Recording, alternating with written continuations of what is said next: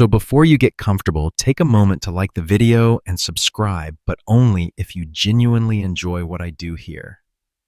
And let me know in the comments where you're tuning in from and what time it is for you. It's always fascinating to see who's joining us from around the world.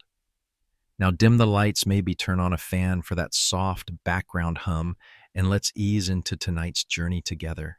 You wake in darkness, not the absolute darkness of a windowless room, but the deep gray of a northern winter morning where the sun debates whether it's worth making an appearance. The air inside your longhouse is thick with the scent of wood smoke, damp wool, and the faint tang of seal oil burning in the lamps. Your breath forms small clouds that dissipate quickly in the cold air. The fire in the central hearth has burned down to glowing embers, and you can hear the soft crackle of the dying flames mixing with the gentle snores of your family. Your husband Bjorn lies beside you, his arm heavy across your waist. His beard now streaked with gray at 35 tickles your shoulder as he breathes deeply in sleep.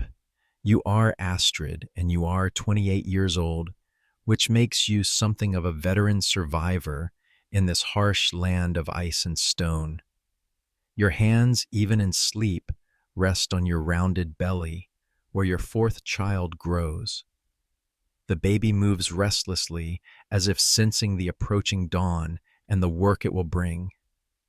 The longhouse stretches around you in the dim light, its curved walls rising like the hull of an overturned ship, which in a way it is. The master shipwright who built your home used the same techniques he employed for the dragon ships that carry your men across the whale road.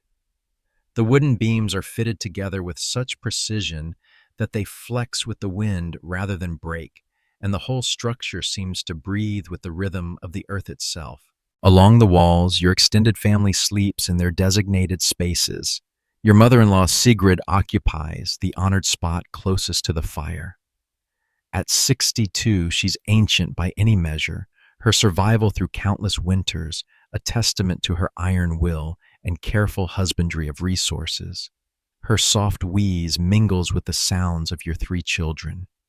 Eric, your eldest at 12, already tall and lanky like his father. Ingrid, 10 years old and fierce as a young wolf. And little Gunnar, barely 6, but already showing the stubborn streak that runs in your bloodline. You shift carefully, trying not to wake Bjorn. The straw-stuffed mattress rustles beneath you, and you feel the familiar ache in your lower back that comes from sleeping on less than ideal bedding. The baby kicks a sharp jab to your ribs that makes you catch your breath. This child seems determined to be a warrior even in the womb.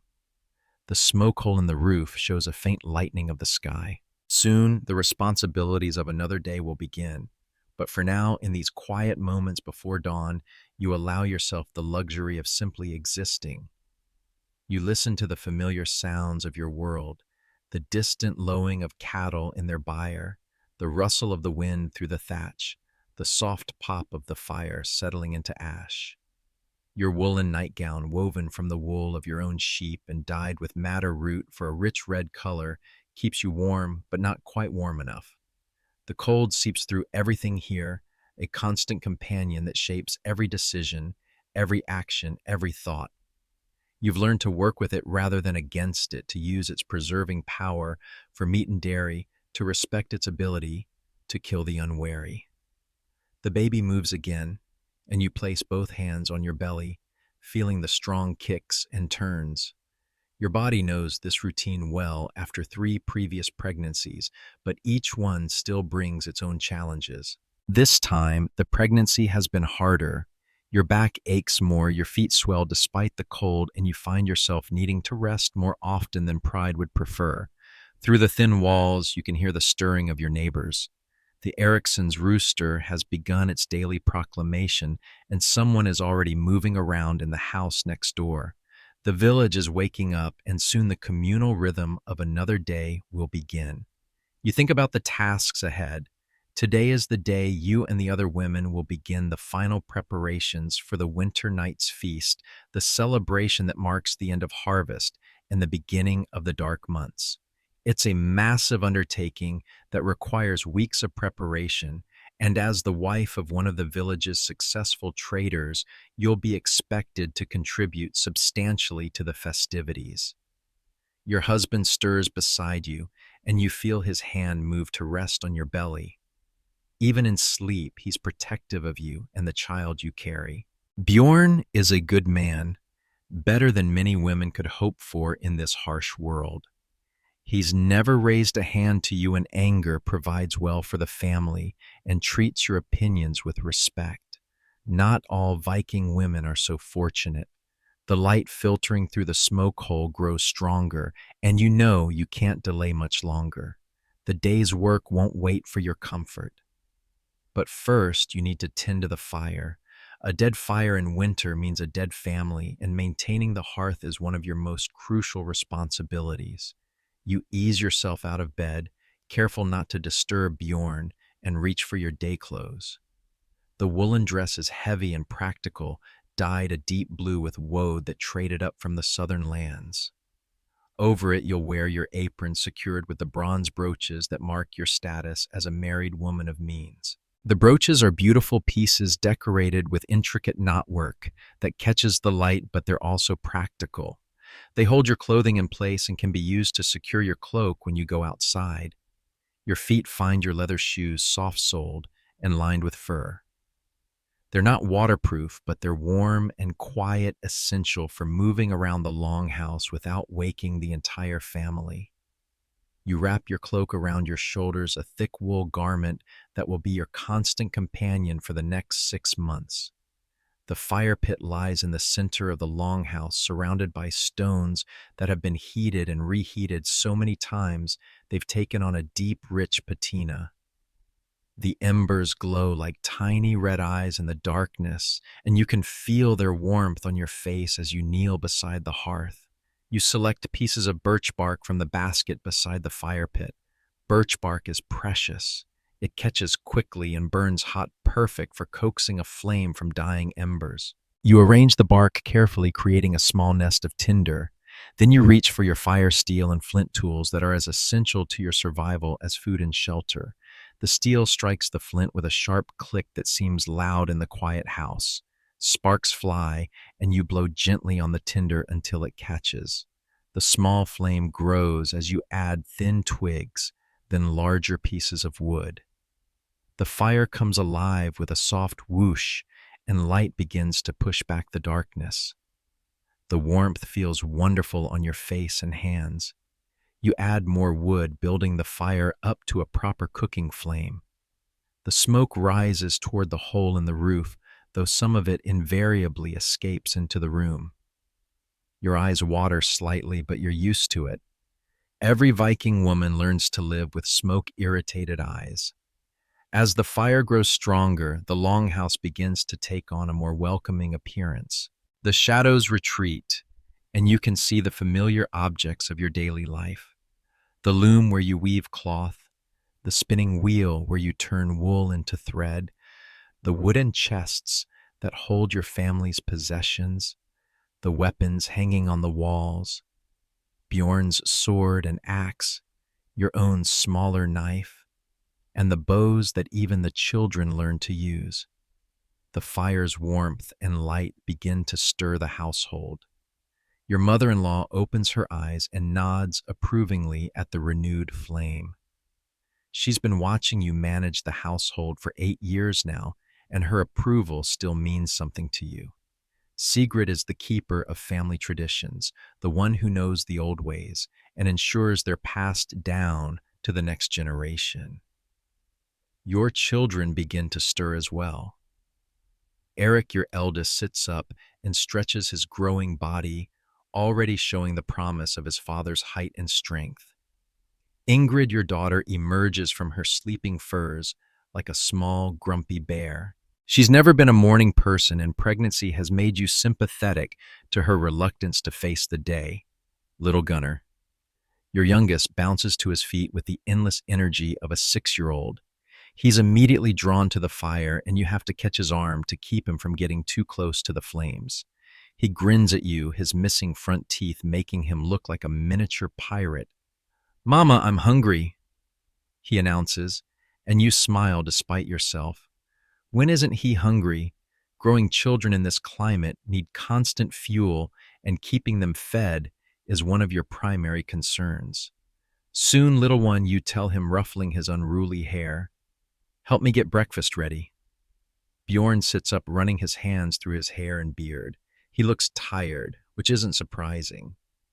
Yesterday, he returned from a trading voyage that took him north to the Sami people, where he exchanged iron tools and amber for reindeer hides and walrus ivory. The journey was successful, but it was also exhausting, and he's still recovering from weeks of sleeping on the hard ground. How did you sleep? He asks, his voice rough with sleep. Well enough, you reply, which isn't entirely true. The baby kept you awake for much of the night, and your back aches from the cold and damp, but complaining won't change anything. And Viking women are expected to endure discomfort with grace. You move to the food storage area, where large wooden barrels and ceramic pots hold the family's provisions. The morning meal will be simple, but filling porridge made from barley and oats, flavored with honey and dried berries. There's also dried fish, hard cheese, and ale that's been watered down for the children. As you work, you think about the day ahead.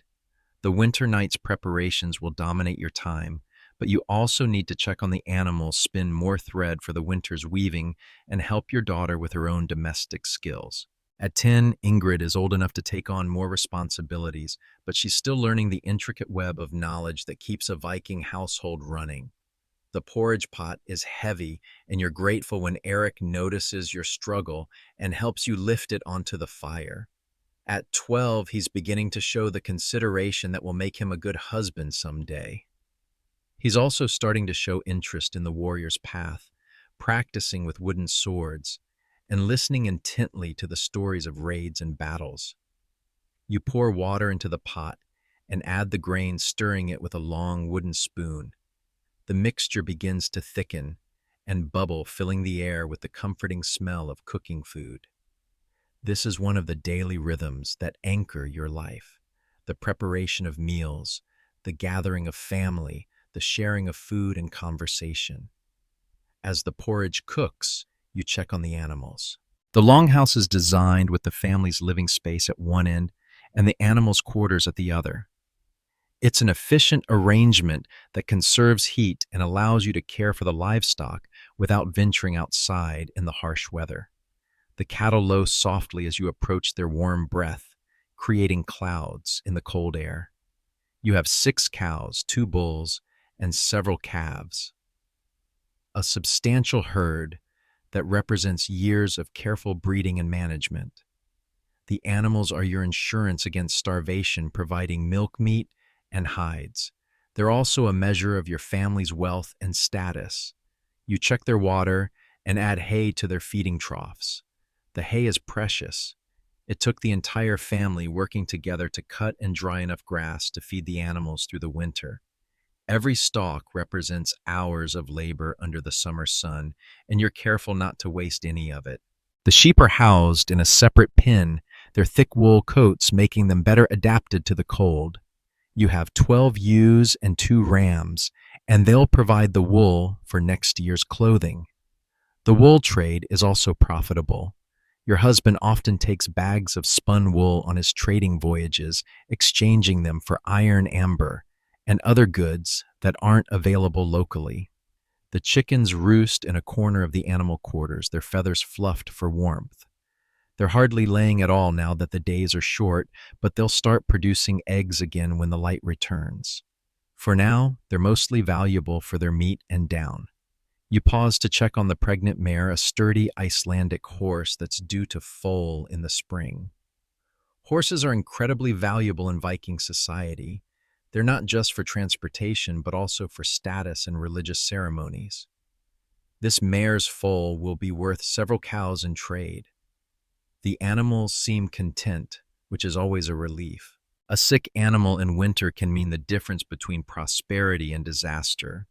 You've learned to read the subtle signs of illness or distress, and you keep a mental inventory of remedies and treatments. Returning to the fire, you find that the porridge is ready. The grain has absorbed the water and swelled into a thick, creamy consistency. You add honey, a precious commodity that your husband traded for on his last voyage, and stir in some dried blueberries that you gathered and preserved during the summer. The family gathers around the fire for breakfast. This is a time for conversation, for sharing news, and making plans for the day. Bjorn tells the children about his trading journey, describing the Sami people and their reindeer herds. The children listen with wide eyes, fascinated by stories of the far north. You eat your porridge slowly, savoring the warmth and sweetness. The baby seems to approve of the food settling down after its restless night. You feel the familiar flutter of movement like a fish swimming in your belly, and you smile at the thought of holding another child in your arms. As you eat, you think about the complexity of your life. You're responsible for managing the household, caring for the children, maintaining the animals, preserving food, making clothes, and countless other tasks. But you're also a participant in the larger community, expected to contribute to festivals, help with births and deaths, and support the intricate web of relationships that keep the village functioning. Your role as a Viking woman is demanding but also respected. You have legal rights that women in other cultures don't enjoy. You can own property, request a divorce, and even serve as a priestess in religious ceremonies. Your opinion matters in family decisions, and your skills are valued by the community. The sun is finally rising, painting the sky in shades of pink and gold. The long night is ending and the day's work is beginning. You finish your porridge and begin to plan the morning's tasks. There's bread to bake, animals to tend, and preparations for the winter night's feast to continue. You look around at your family gathered in the warm circle of firelight. Despite the hardships and challenges, there's a deep satisfaction in this life. You're surrounded by people you love, engaged in meaningful work, and connected to traditions that stretch back generations. The baby kicks again, and you wonder if it will be a boy or a girl. If it's a boy, he'll be trained in the ways of war and trade, perhaps following his father on voyages to distant lands. If it's a girl, she'll learn the skills, the complex knowledge that keeps a Viking household running. Either way, the child will grow up in a world where strength and cunning are valued, where honor matters more than comfort, and where the harsh beauty of the northern landscape shapes every aspect of life. It's not an easy world, but it's yours, and you wouldn't trade it for anything. As the family finishes breakfast, you turn your attention to the day's first major task, checking the weaving that's been occupying your loom for the past 3 weeks. The large vertical loom dominates one corner of the longhouse, its wooden frame stretching nearly from floor to ceiling.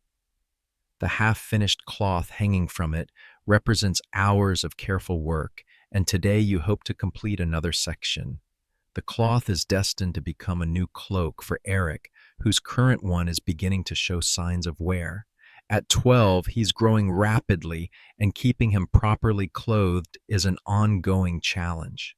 The wool is dyed a deep forest green, achieved through a complex process involving iron-rich bog water and carefully gathered plants.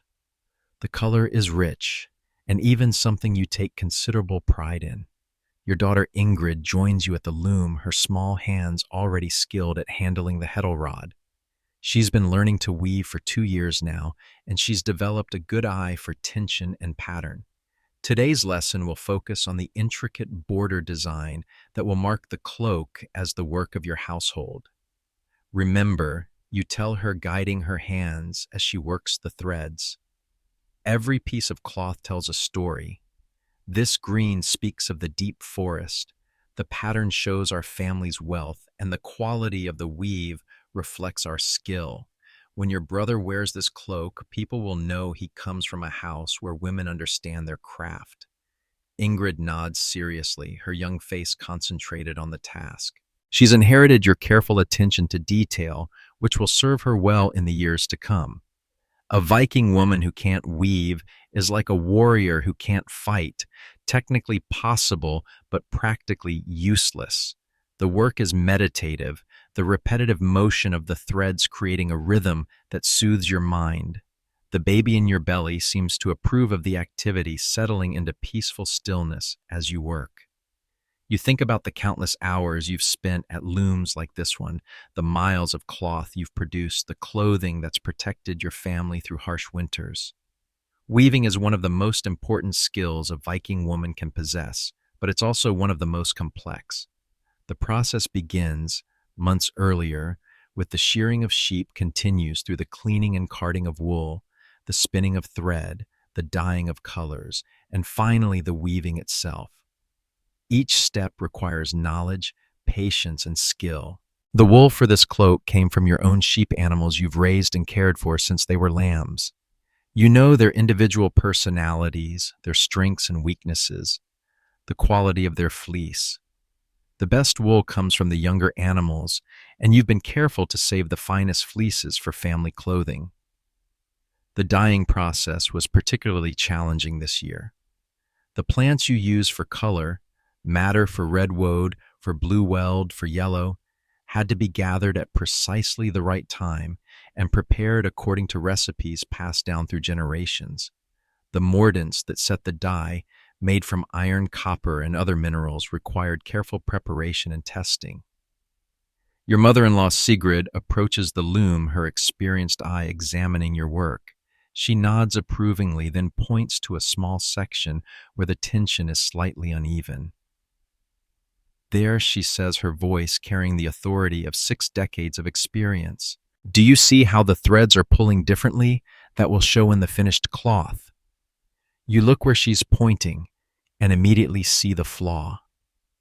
It's subtle, but it's there.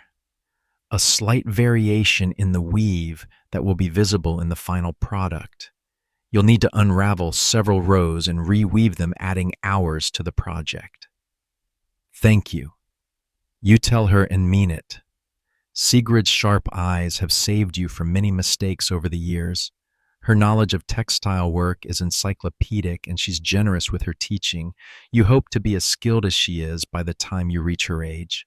The correction takes the better part of an hour, but when it's done, the cloth is perfect. The green threads lie smooth and even, the pattern emerging clearly. Eric will have a cloak worthy of a chieftain's son, and you'll have the satisfaction of work well done. As you work, the longhouse fills with the sounds of the morning routine. Bjorn has gone out to check on the larger animals, the horses and cattle that graze further from the house. The children are engaged in their own tasks. Eric is practicing his letters, scratching runes into a piece of bark with a bronze stylus, while Gunnar is helping his grandmother prepare ingredients for the day's bread. The bread-making process is already underway, and the familiar smell of rising dough fills the air. Today's bread will be a special batch enriched with eggs and honey for the winter night's feast. The dough has been rising since before dawn, and now it's ready to be shaped and baked. You leave the loom in Ingrid's capable hands and join the bread-making effort. The dough is soft and pliable, enriched with the precious eggs from your chickens and sweetened with honey from the beehives you tend during the summer months. The smell is heavenly, rich, sweet, and promising. Your hands move automatically through the familiar motions of kneading and shaping. The dough responds to your touch, becoming smooth and elastic. You form it into round loaves, each one marked with a simple pattern that will identify it as coming from your household. The bread oven is a large dome-shaped structure built into the side of the longhouse. It's made of clay and stones, designed to retain heat for hours after the fire has died down. The fire that heats it has been burning since early morning, and now the stones are glowing with stored heat. Using a long wooden paddle, you slide the loaves into the oven. The heat hits your face like a physical force, and you quickly close the opening with a flat stone. The bread will bake slowly in the residual heat, developing a thick crust and a dense, satisfying texture. While the bread bakes, you turn your attention to the next task, preparing the wool for spinning. This is endless work. There's always more wool to be processed, more thread to be spun, more cloth to be planned. The spinning wheel sits in the corner, its familiar shape as much a part of the longhouse as the fire or the loom. The wool you're working with today is from the fall, shearing the coarser fleece that's perfect for everyday clothing and household textiles. It's been cleaned and carded, the fibers aligned and ready for spinning. The work is rhythmic and soothing, the wheel turning steadily as the wool transforms into thread. Ingrid joins you at the spinning wheel, her small hands learning to guide the fibers. She's still awkward at the task, but she's improving steadily. By the time she's ready to marry, she'll be a skilled spinner able to produce thread of consistent quality and thickness. As you work, you think about the economic importance of your textile production. The cloth you weave and the thread you spin are valuable trade goods. Your husband often carries bags of finished textiles on his trading voyages, exchanging them for iron, amber, silver, and other goods that aren't available locally. The textile trade is dominated by women, but it's crucial to the Viking economy. The cloth you produce competes with textiles from across the known world: silk from the distant east, fine wool from England, linen from the Frankish kingdoms. The quality of your work directly impacts your family's prosperity. The spinning work is interrupted by the return of your husband, who brings news from the other farms.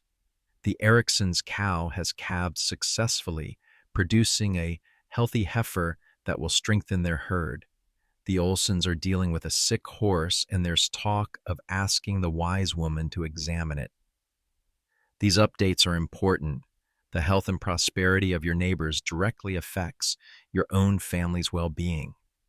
In a community this small, everyone's success is interconnected. A neighbor's loss can quickly become your own problem, and a neighbor's good fortune often benefits everyone. Bjorn also brings word that the ships have been spotted returning from the summer's trading voyages. The men should arrive within the next day or two, bringing news from the wider world and trade goods that have been eagerly anticipated. The timing is perfect.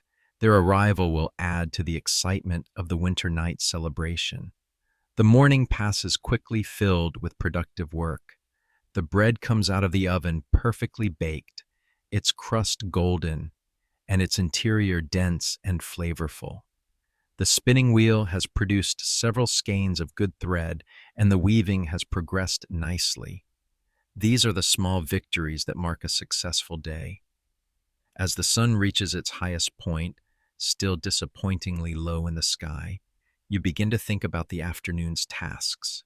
The animals need tending, the children need instruction, and the winter night's preparations require attention. But for now, you take a moment to appreciate the morning's accomplishments. The longhouse is warm and filled with the comforting smells of bread wool and wood smoke. Your family is healthy and productive, engaged in the timeless work of survival and prosperity. The baby in your belly moves contentedly, as if approving of the day's activities. You look around at the familiar objects of your daily life: the loom with its emerging cloth, the spinning wheel with its supply of wool, the bread cooling on wooden boards, the fire burning steadily in its stone circle. These are the tools and products of a life well lived, a household well managed, a family well cared for. The work is demanding, but it's also deeply satisfying. Every thread you spin, every cloth you weave, every loaf you bake is a contribution to your family's survival and prosperity. You're not just keeping busy, you're creating the foundation upon which your family's future will be built. The baby kicks again, and you smile at the thought of another child learning these same skills, carrying forward the knowledge that has sustained your people for generations. Whether boy or girl, this child will grow up understanding the value of skilled work, the importance of quality, and the satisfaction of creating something useful and beautiful. The afternoon stretches ahead, full of promise and purpose. There's work to be done, children to teach, and a community to serve. But for now, you're content to sit by the fire, feeling the baby move in your belly and listening to the comfortable sounds of your household. The afternoon sun, weak as it is, slants through the smoke hole and reminds you that the animals need your attention. This is not a task you can delegate entirely to the children, though they help where they can. The livestock represents not just food, but wealth, security, and status. A single sick animal can throw the entire household into crisis, while a healthy, productive herd can mean the difference between mere survival and actual prosperity. You wrap your thickest cloak around your shoulders and step outside into the crisp air. The cold hits your face like a splash of icy water, and you pull the wool tighter around your neck. The wind carries the scent of snow, not today's snow, but the promise of the deep winter that's coming. Your body knows this smell, recognizes it with the instinctive knowledge that comes from 28 years of northern winters. The animal enclosures are a testament to your family's success. The cattle byre is substantial, built with thick timber and designed to shelter the animals from the worst of the weather. The sheep pen is smaller, but equally well constructed with stone walls that provide windbreak and drainage. The horse paddock is the pride of the farm, with rails carved smooth and posts driven deep into the frozen ground. You begin with the horses as you always do. These are not just animals, they're partners in your family's success. The mare you checked earlier is contentedly chewing hay, her sides rounded with the foal she carries. You run your hands along her neck, feeling the warmth of her body and the steady rhythm of her breathing. She nickers softly, recognizing your touch. The stallion, a magnificent animal with a coat like burnished copper, raises his head from the hay net and regards you with intelligent eyes. He's been with the family for 6 years now, and he's sired some of the finest horses in the region. His bloodline is worth more than most people's entire household. You check their water, breaking the thin layer of ice that has formed on the surface. The water is clear and cold, drawn from the spring that feeds the farm. In the depths of winter, you'll need to break ice several times a day, but for now, the freeze is minimal. The hay in their feeding nets is sweet and golden, cut from the best meadows during the summer and dried to perfection. You add more from the carefully managed stores, calculating in your head how much remains and how long it needs to last. Feed management is a delicate balance. Too little, and the animals suffer too much, and the family might go hungry later in the winter. Eric joins you in the paddock, his movements careful and respectful around the large animals. He's been learning horse care since he could walk, and he has a natural affinity for the animals. The stallion, who can be temperamental with strangers, accepts Eric's presence calmly. The mare seems restless. Eric observes his young voice carrying the seriousness of someone who understands the importance of what he's saying. You watch the mare more closely and see what he means. She's shifting her weight more than usual, and her ears are more alert. It's subtle, but it's there. A change in her behavior that could indicate discomfort or illness. Good eyes. You tell him and mean it. The ability to notice small changes in animals is crucial for a farmer. We'll watch her closely. If she's not settled by evening, we'll ask your father to examine her. You run your hands along the mare's belly, feeling for any obvious problems. The foal moves beneath your touch, a strong kick that suggests health and vigor. The mare's temperature seems normal, and her appetite is good. Still, you make a mental note to check on her more frequently. The cattle are your next concern. 6 cows, 2 bulls, and several calves represent a substantial investment and a significant responsibility. These animals provide milk, meat, and hides, but they also require enormous amounts of feed and care. The milk production has dropped with the shorter days, but the cows are still producing enough for the family's needs. You check each animal individually, looking for signs of illness or injury. The cattle are hardy creatures well adapted to the northern climate, but they're not immune to problems. A cut that becomes infected, a digestive upset, or a respiratory illness can quickly become serious.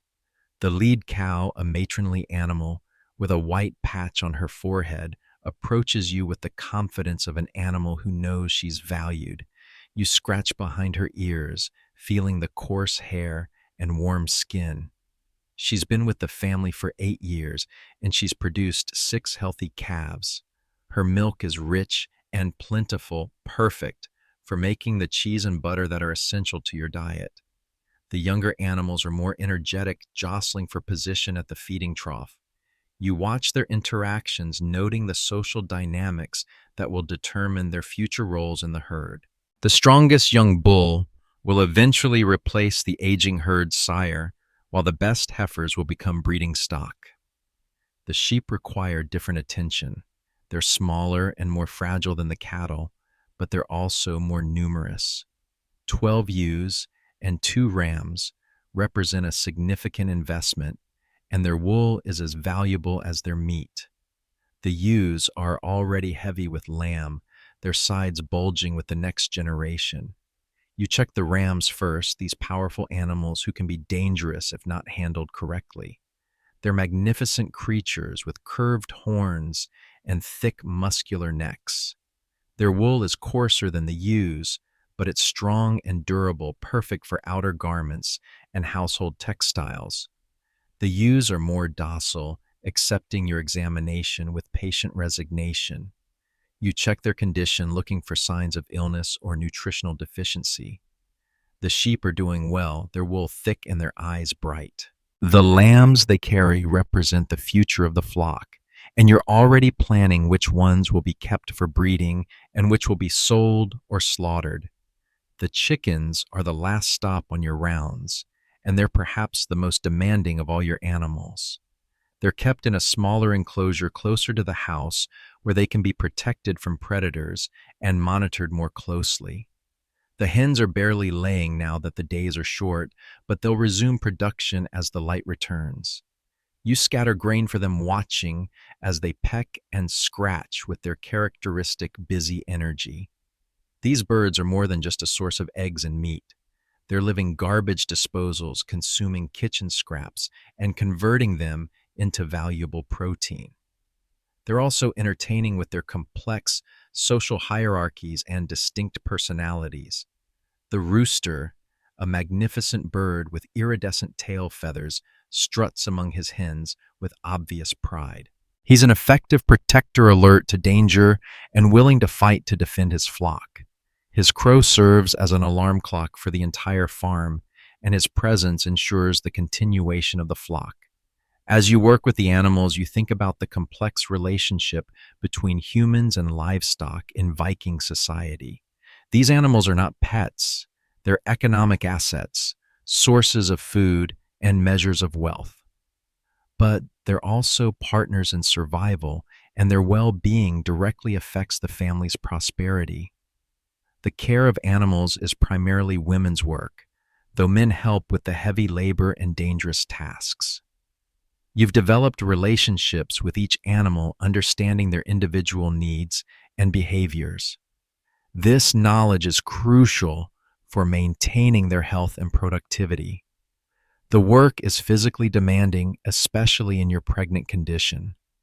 Lifting water buckets carrying feed and moving through the enclosures requires strength and endurance. Your back aches and your feet are beginning to swell, but the work must be done regardless of your discomfort. Little Gunnar appears at your side, his small hands reaching out to pet the nearest chicken. He's fearless around the animals, which is both admirable and concerning. You teach him to be gentle but confident, to respect the animal's strength while not showing fear. Will the chickens lay eggs soon? He asks, his 6-year-old mind focused on the immediate pleasures of fresh eggs. When the days get longer, you tell him, and the sun stays up more. The chickens need light to make eggs. It's a simple explanation of a complex biological process, but it's enough for now.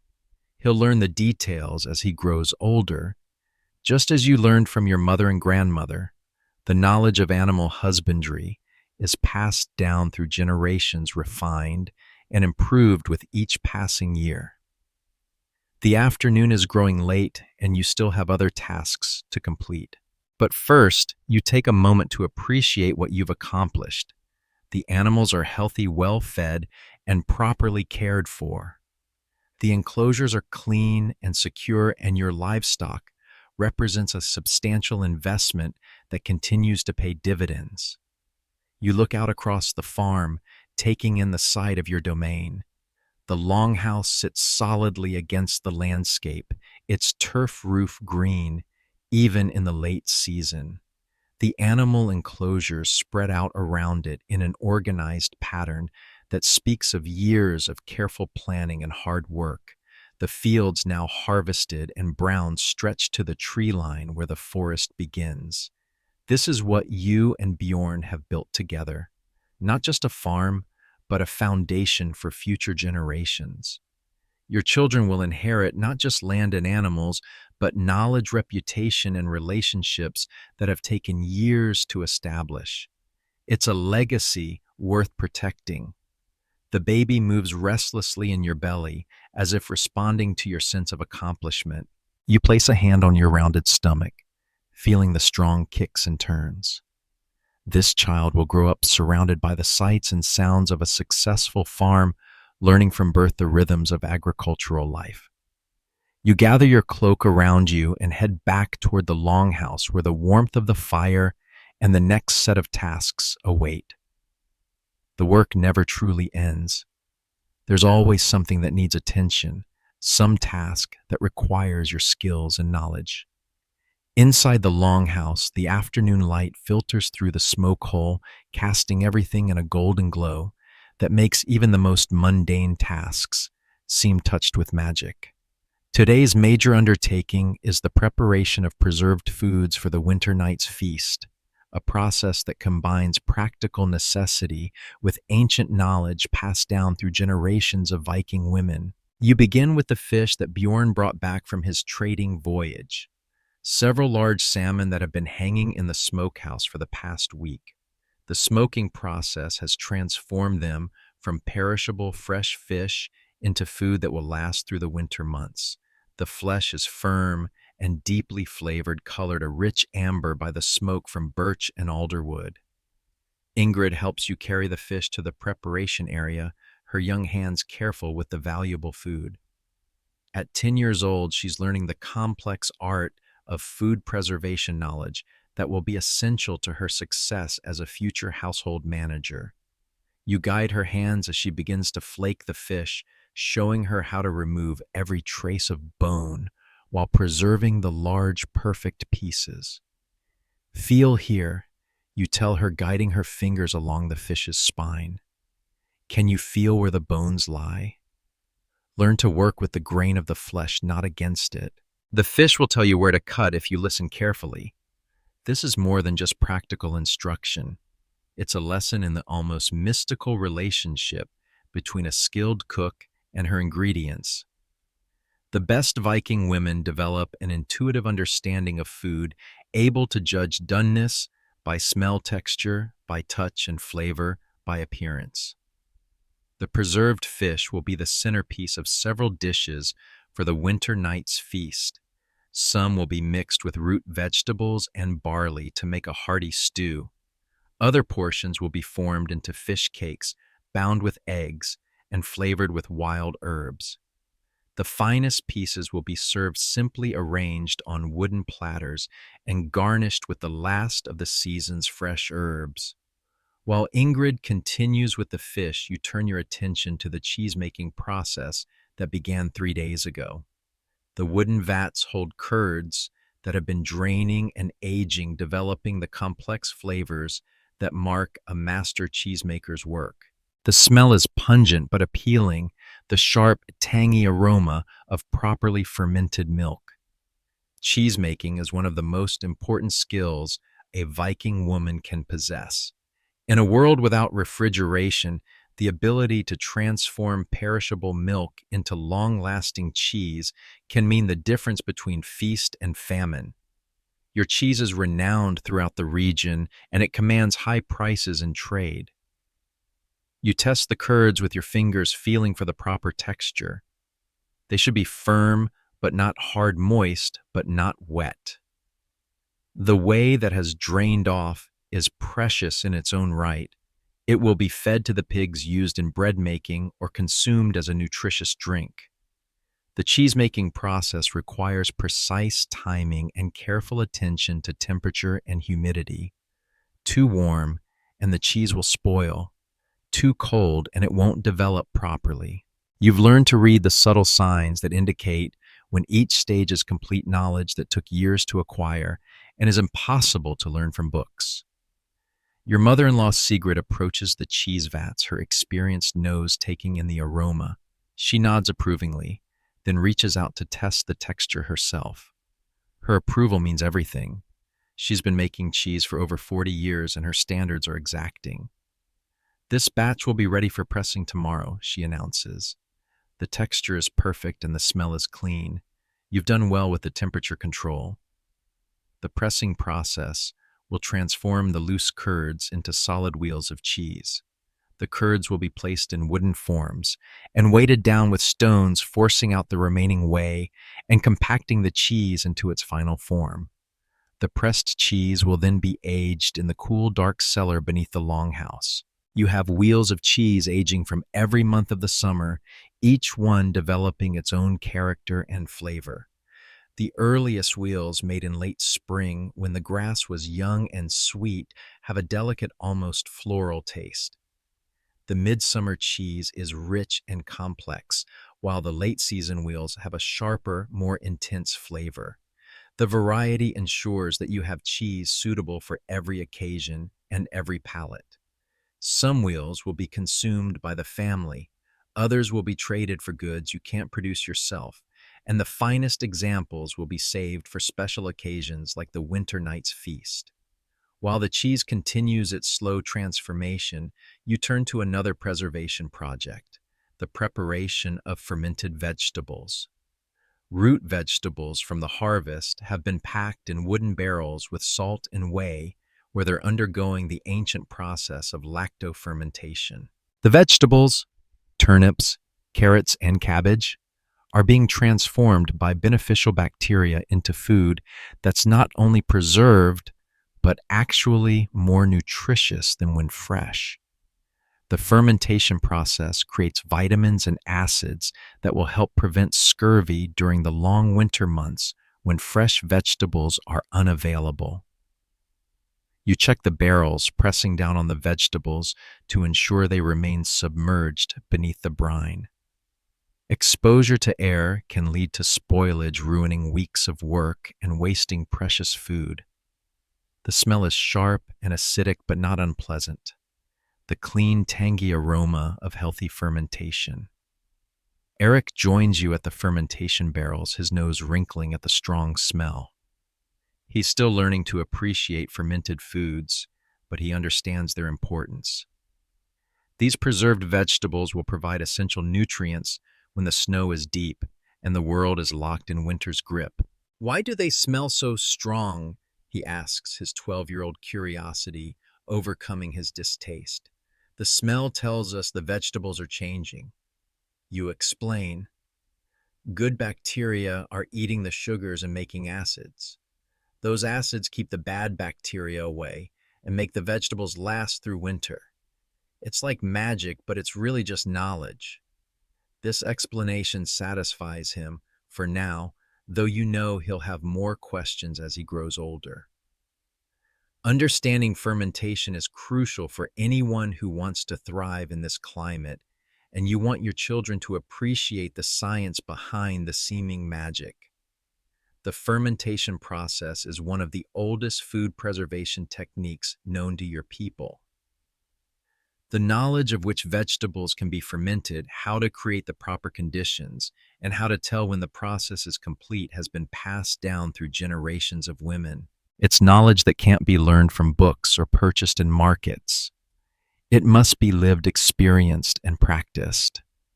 As the afternoon progresses, you move on to the preparation of another winter staple, dried meat. The strips of beef and venison have been hanging in the drying shed for 2 weeks, slowly losing moisture while concentrating flavor. The meat is now hard and dark, transformed into a food that will last for months without spoiling. The drying process requires careful attention to weather conditions. Too much humidity, and the meat will spoil before it dries. Too little moisture in the air, and it will become tough and inedible.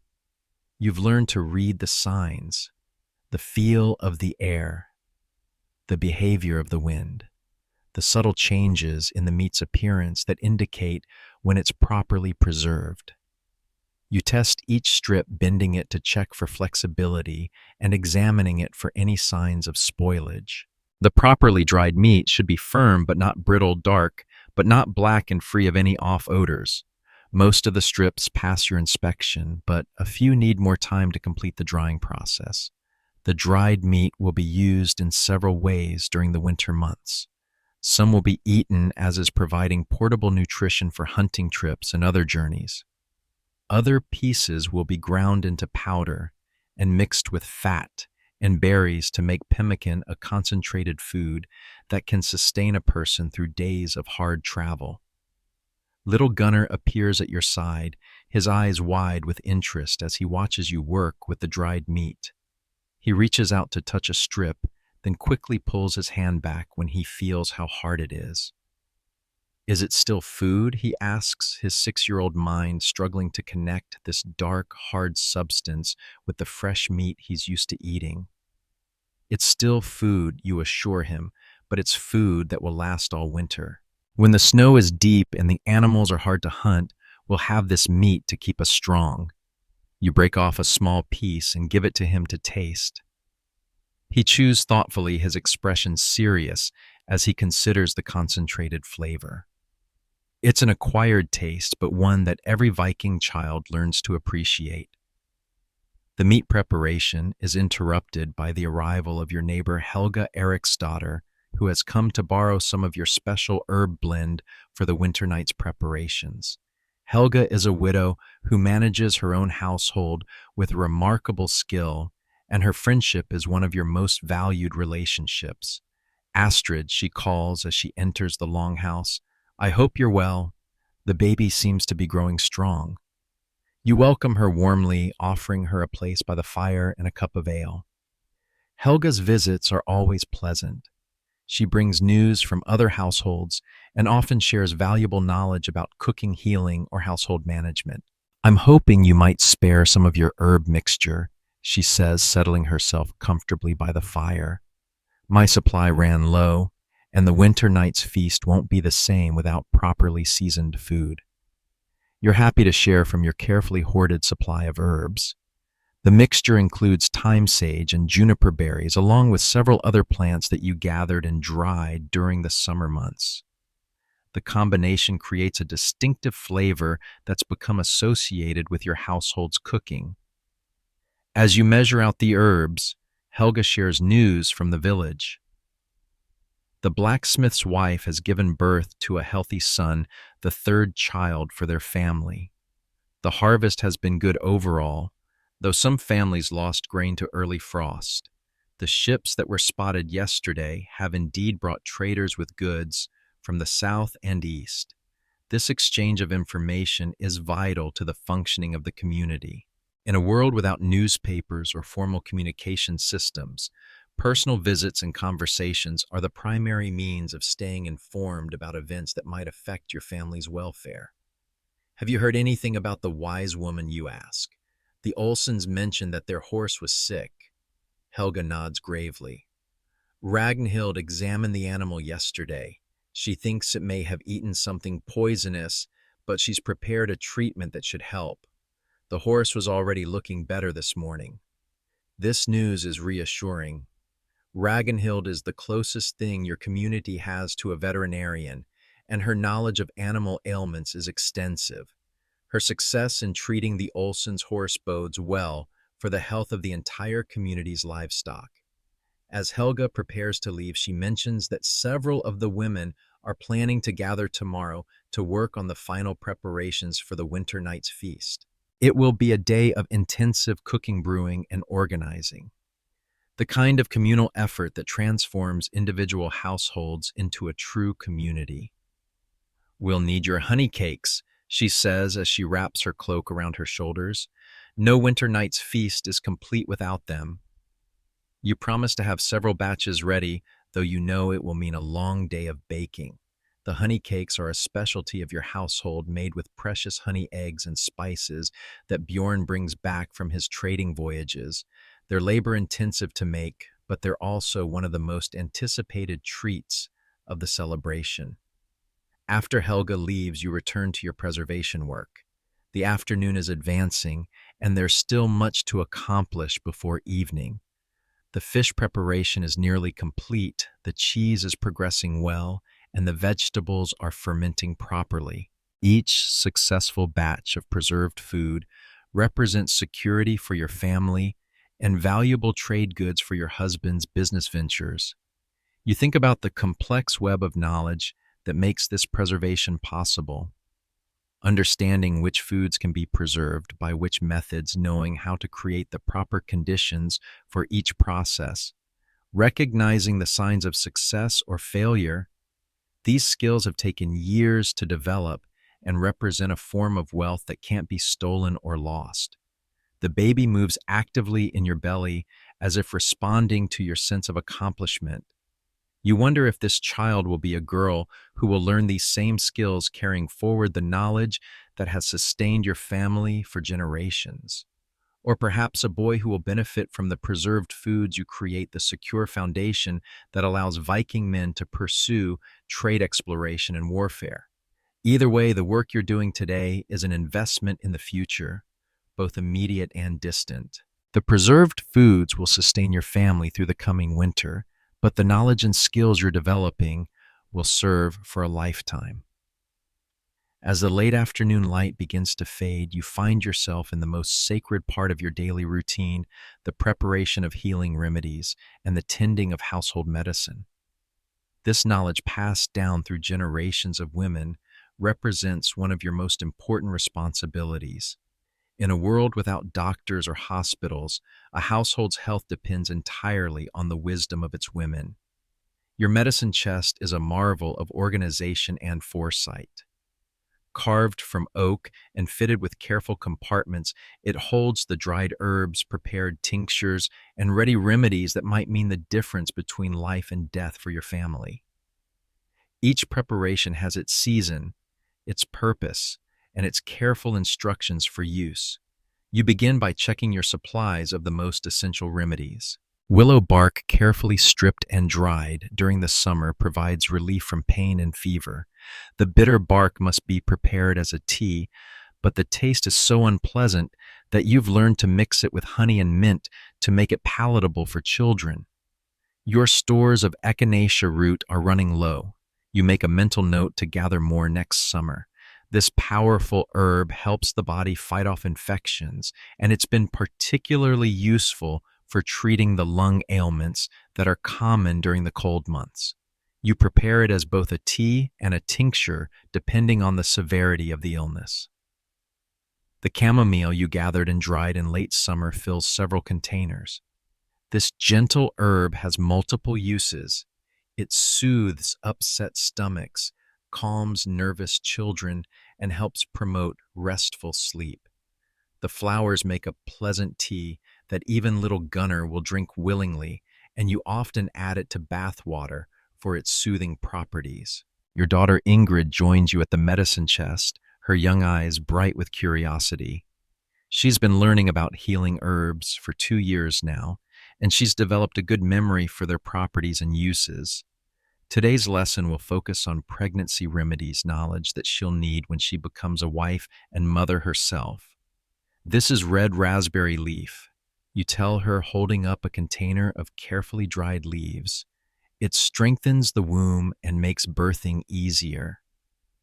I have been drinking tea made from these leaves every day since I felt the baby quicken. Ingrid examines the leaves carefully, noting their color and texture. She's learning to identify herbs by sight, smell, and feel, skills that will be essential if she's ever called upon to gather medicine in an emergency. And this you continue showing her another container is ginger root. It helps with the sickness that often comes with pregnancy. I grated some into my morning ale when the baby was making me feel queasy. The ginger is precious, brought back from one of Bjorn's trading voyages to the southern lands. It's expensive, but its effectiveness makes it worth the cost. You use it sparingly, saving most of your supply for truly difficult cases.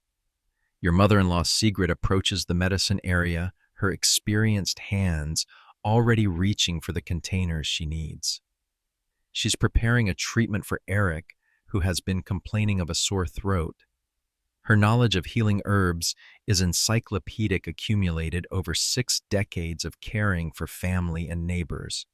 Sage and honey, she murmurs, measuring out the dried leaves, with a touch of salt for the gargle. The boy will resist, but it will clear the infection quickly. You watch as she prepares the remedy, noting the precise measurements and the careful attention to detail. Sigrid's treatments are always effective, and her reputation as a healer extends throughout the region. People often travel considerable distance to seek her advice for difficult ailments. The healing knowledge represents one of the few areas where Viking women hold unquestioned authority. Men may make decisions about warfare and trade, but when it comes to illness and injury, they defer to feminine wisdom. This knowledge carries with it tremendous responsibility. A wrong diagnosis or improper treatment can have fatal consequences. You check your supplies of the herbs used for women's ailments. Motherwort for regulating monthly cycles, pennyroyal for easing cramping, and vitex berries for balancing the humors that affect fertility. These are remedies that only women use, and only women prepare. Knowledge passed secretly from mother to daughter. The birthing herbs deserve special attention. You'll be giving birth again in a few months, and you want to ensure that you have everything needed for a safe delivery. Along with the red raspberry leaf, you have supplies of blue cohosh for strengthening contractions and shepherd's purse for controlling bleeding after birth. The birthing process itself is entirely a woman's domain. When your time comes, you'll be attended by the village's most experienced mothers, led by the wise woman who has delivered countless babies. Men are not welcome at births. This is ancient women's knowledge, practiced in sacred female space. You think about the births of your 3 existing children, each one different, but all successful, thanks to careful preparation and skilled assistance. Eric's birth was long, but uncomplicated. Ingrid came quickly, almost too quickly for comfort. Little Gunnar required the intervention of the wise woman when he tried to arrive feet first. This 4th pregnancy has been more difficult than the others. Your back aches constantly. Your feet swell despite the cold weather, and you find yourself needing more rest. At 28, you're not old by any measure, but your body is feeling the effects of repeated pregnancies and the constant demands of household management. The baby moves restlessly in your belly, strong kicks that suggest a healthy, active child. You place your hands on your rounded stomach, feeling the movements and trying to determine the baby's position. The wise woman will examine you more carefully as your time approaches, but for now, everything seems to be progressing normally. Your medicine chest also contains remedies for the common ailments that affect the entire family. Plantain leaves for treating cuts and wounds, comfrey root for healing broken bones, and yarrow for stopping bleeding. These are the herbs you hope never to need, but are grateful to have when emergencies arise. The preparation of medicines is a year-round process. Spring brings the first green herbs. Summer offers the peak. Growing season. Autumn provides roots and berries, and winter is the time for grinding, mixing, and preparing the final remedies. Each season has its gathering, and each herb must be collected at precisely the right time for maximum potency. You remember last summer's gathering expeditions with particular satisfaction. The whole family participated, spreading out across the meadows and forests to collect the herbs you needed. The children learned to identify plants and understand their uses, while Bjorn helped with the heavy work of digging roots and stripping bark. The drying process required constant attention throughout the late summer months. Herbs had to be hung in the perfect balance of air circulation and protection from direct sunlight. Too much moisture and they would mold, too little and they would lose their potency. The timing of the harvest and the conditions during drying determine the quality of the final medicine. Eric appears at your side, drawn by the activities around the medicine chest. His throat is bothering him, and he's hoping for relief from the remedy his grandmother is preparing. At 12, he's old enough to understand the importance of the family's medical knowledge, but young enough to still need coaxing to take unpleasant-tasting medicines. "Open your mouth," Sigrid commands, holding up a spoon of the sage and honey mixture. "This will burn a little, but it will make your throat better." Eric complies reluctantly, his face scrunching up at the strong taste. But he's learned to trust his grandmother's remedies, and he knows that resistance will only prolong the process. He swallows the medicine and immediately reaches for the cup of watered ale that you offer to wash away the taste. "Better you ask," and he nods gratefully. The sage will reduce the inflammation in his throat, while the honey will coat and soothe the irritated tissues. By tomorrow, his voice should be clear and strong again. The medicine chest also contains your most precious possessions, the written records of remedies and treatments that you've accumulated over the years.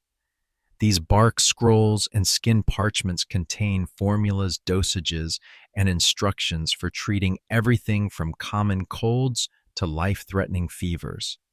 The ability to read and write is not common among Viking women, but it's essential for preserving medical knowledge. You learned your letters from a traveling monk who spent a winter in the village, and you've been grateful for the skill ever since. The written records ensure that important information won't be lost if your memory fails or if you're unable to pass on the knowledge personally. Some of the remedies in your collection come from distant lands, brought back by trading expeditions or learned from foreign visitors. A formula for treating lung fever came from a Frankish merchant's wife. A poultice for healing wounds was shared by a woman from the eastern settlements. This exchange of knowledge enriches everyone's understanding and improves the chances of successful treatment. As you organize the medicine chest, you think about the responsibility that comes with this knowledge. People depend on you for relief from pain, for treatment of illness, and sometimes for the difference between life and death. The decisions you make about which remedy to use, how much to give, and when to seek additional help can have profound consequences. The baby moves actively in your belly, and you wonder if this child will inherit your interest in healing. If it's a daughter, she'll certainly learn the basic knowledge that every woman needs. But if she shows particular aptitude, you might train her more extensively, preparing her to take over the role of household healer when you're no longer able to fill it.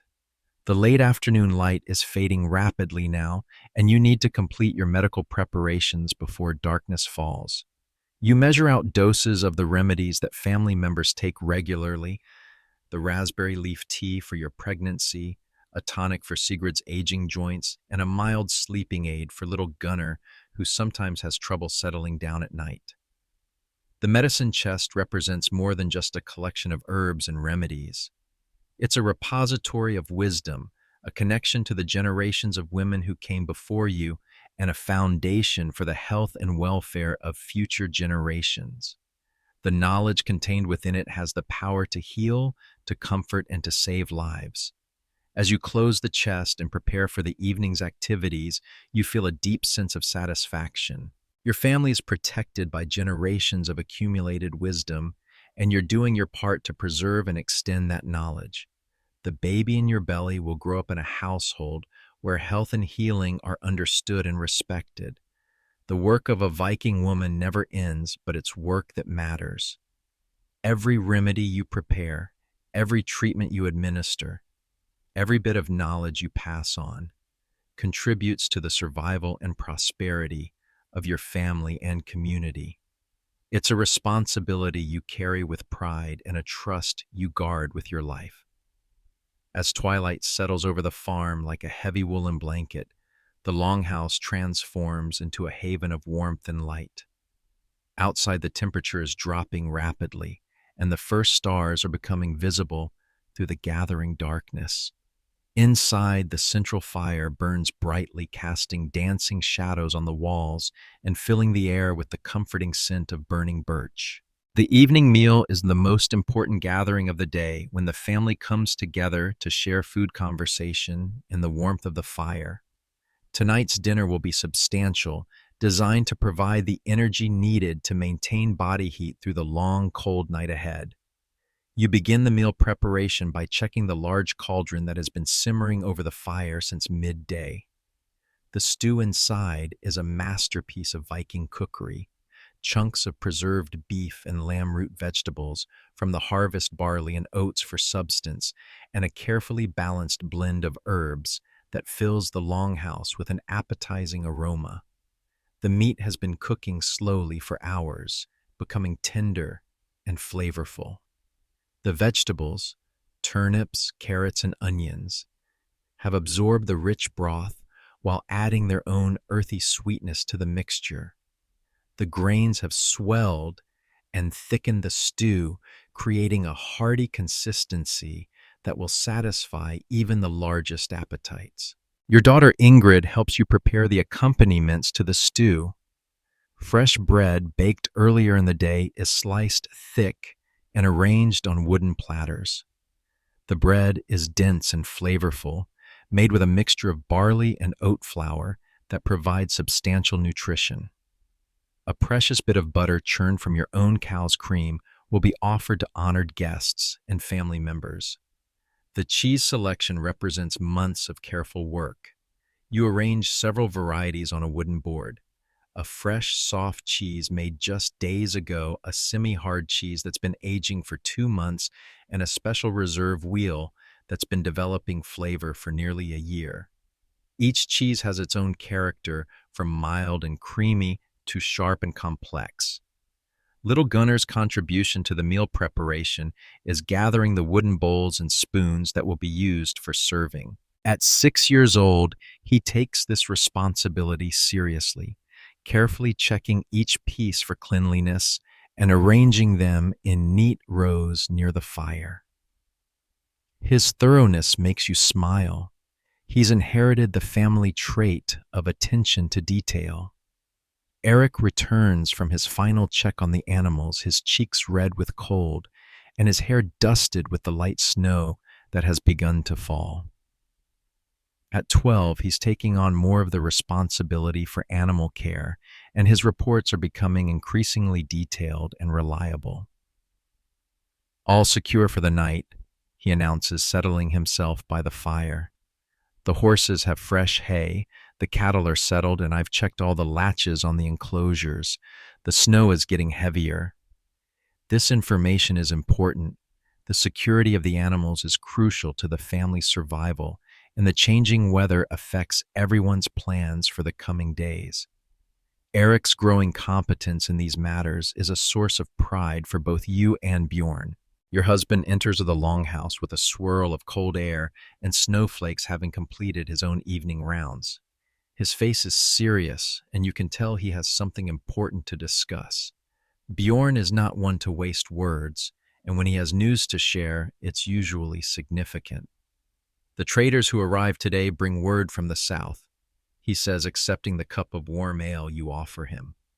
There's been fighting in the Frankish lands, and some of the usual trading routes are disrupted. It may affect the prices we can get for our goods this winter. This news is concerning, but not surprising. Political instability in distant lands often affects Viking trade, and successful merchants learn to adapt to changing conditions.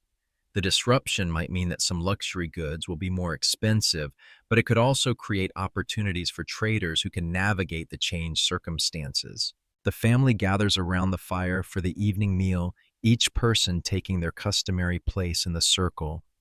Your mother-in-law, Sigrid, sits in the position of honor closest to the flames, her advanced age and wisdom earning her the warmest spot. You and Bjorn sit together with the children arranged around the circle in order of age. The stew is ladled into wooden bowls, the rich broth steaming in the cold air. The smell is heavenly, a complex blend of meat, vegetables, and herbs that speaks of comfort and nourishment. Each bowl receives a generous portion, for this is not a time for rationing. The evening meal must provide the energy needed to last through the long night. The bread is passed around the circle, each person tearing off a piece to dip in the stew. The combination of flavors, the rich broth, the dense bread, the sharp cheese, creates a satisfying meal that warms the body from within.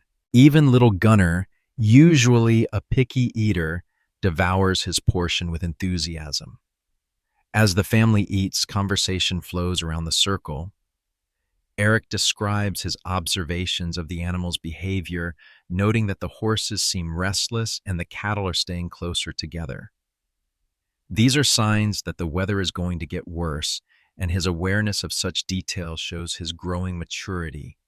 Ingrid shares her progress with the weaving project, proudly describing the section of cloth she completed during the day.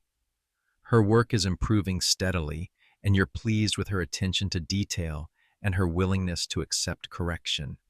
She'll be ready to take on more complex projects soon. Little Gunnar entertains the family with his account of the chickens' activities, complete with dramatic reenactments of their pecking order disputes. His storytelling skills are developing, and he has a gift for finding humor in everyday events. His observations, while childish, often contain insights that adults might miss. Bjorn discusses his plans for the winter trading season, explaining which goods he hopes to acquire and which markets he expects to be most profitable. The disruption in the Frankish trade routes will require some adjustments to his usual strategies, but he's confident that opportunities will present themselves. You share news from your conversation with Helga, including updates on the other families in the village and plans for the winter night celebration. This information helps everyone understand the broader context of community life and their roles in upcoming events. Your mother-in-law, Sigrid, contributes stories from her vast store of family history and local lore. Tonight, she tells the tale of the winter when the fjord froze so completely that people could walk across it to visit neighbors on the other side. Her stories provide entertainment, but they also preserve important knowledge about past events and their consequences. The conversation gradually turns to the immediate future and the preparations that still need to be completed. The winter night's feast is only days away, and there's still much work to be done. Lists are made, responsibilities assigned, and schedules coordinated. As the meal progresses, you become aware of the increasing intensity of the wind outside. The longhouse creaks and settles as the gusts hit it, but the solid construction holds firm. You're grateful for the skill of the builders who created this refuge against the elements. The fire burns lower as the evening advances, and you add more wood to maintain the warmth. The flames dance higher, casting shifting patterns of light and shadow on the walls. The smoke rises toward the hole in the roof, carrying with it the sense of cooking food and burning wood. The baby in your belly seems soothed by the warmth and the full meal settling into peaceful stillness. You place a hand on your rounded stomach, feeling the gentle movements that indicate contentment. The child is growing strong, nourished by the good food and protected by the warmth of the family circle. Little Gunnar begins to show signs of sleepiness, his head nodding as he sits by the fire. The warmth and the full meal are having their effect, and soon he'll need to be settled into his sleeping furs. The other children are also growing quiet, the excitement of the day giving way to comfortable drowsiness. The adults continue their conversation a while longer, discussing plans for the next day and sharing thoughts about the changing weather. These evening talks are important for maintaining family unity and ensuring that everyone understands their roles and responsibilities. As the fire burns lower and the family begins to prepare for sleep, you feel a deep sense of satisfaction. The day's work has been completed successfully. The family is well fed and warm, and the longhouse provides secure shelter against the winter night. The animals are safe, the food stores are adequate, and the preparations for the winter night's feast are progressing well. The baby moves gently in your belly as if responding to your sense of contentment. This child will be born into a secure and loving family, surrounded by the knowledge and traditions that have sustained your people for generations. Whether boy or girl, the child will learn the skills needed to thrive in this demanding but rewarding world. You look around at your family gathered in the warm circle of firelight. Despite the challenges and hardships of Viking life, there's a deep satisfaction in this existence. You're engaged in meaningful work, surrounded by people you love and connected to traditions that give life purpose and direction. The wind continues to howl outside, but inside the longhouse, all is warmth and security. Tomorrow will bring new challenges and new opportunities, but tonight you're content to rest in the knowledge that you've done your part to ensure your family's survival and prosperity. The pre-dawn hours are the quietest time in the longhouse, when even the wind seems to hold its breath, and the only sounds are the gentle crackling of the banked fire and the soft breathing of your sleeping family. But for you, these hours have become a time of restless wakefulness, your pregnant body refusing the deep sleep that once came so easily. You lie still beside Bjorn, not wanting to disturb his rest, but your mind is active with thoughts of the day ahead. The winter night celebration is tomorrow, and today will be filled with the final preparations that will determine whether the feast is a success or a disappointment. As the wife of a respected trader and the mother of a prominent family, much of the responsibility falls on your shoulders. The baby shifts restlessly in your belly, as if sensing your wakeful state. At nearly 8 months pregnant, you feel ungainly and tired, but stopping is not an option. The work must be done regardless of your personal discomfort. Viking women learn early that personal needs often come second to family and community obligations. As the first hint of dawn appears through the smoke hole, you carefully ease yourself out of bed and begin the morning routine. The fire needs tending, the family needs feeding, and the day's massive undertaking needs to begin. Your movements are slower now, your balance affected by the weight you carry, but your determination remains strong. The fire responds quickly to your attention, springing to life as you add birch bark and dry kindling. The flames cast their familiar golden light across the longhouse, pushing back the shadows and beginning the transformation from sleeping refuge to active household. As you work to build up the fire, you think about the incredible amount of coordination required for today's preparations. Not only must your own household complete its contributions to the feast, but you must also coordinate with the other women of the village to ensure that everything comes together seamlessly. The winter night celebration is more than just a feast. It's a vital community ritual that marks the transition from the active season to the dormant months ahead. It's a time to celebrate the successful harvest, to honor the ancestors who watch over the community, and to strengthen the bonds that will carry everyone through the dark months of winter. Your contribution to the feast will be substantial. The honey cakes that Helga mentioned are just one item on a long list of foods you've committed to providing. There are also the fermented fish, the special cheese, the preserved meats, and several barrels of the strong ale that Bjorn brewed earlier in the autumn. The honey cakes alone will require most of the morning to prepare. The recipe is complex, requiring precise timing and careful attention to temperature. The honey must be heated to exactly the right consistency, the eggs must be beaten until they're light and fluffy, and the spices must be balanced to create the distinctive flavor that people expect from your household.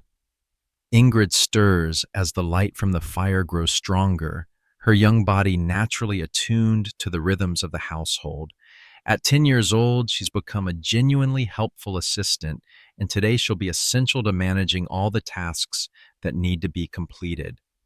Is it time, Mama? She asks, sitting up in her sleeping furs and rubbing her eyes. It's time, you confirm, smiling at her eagerness despite the early hour. Today we show the village what our household can accomplish.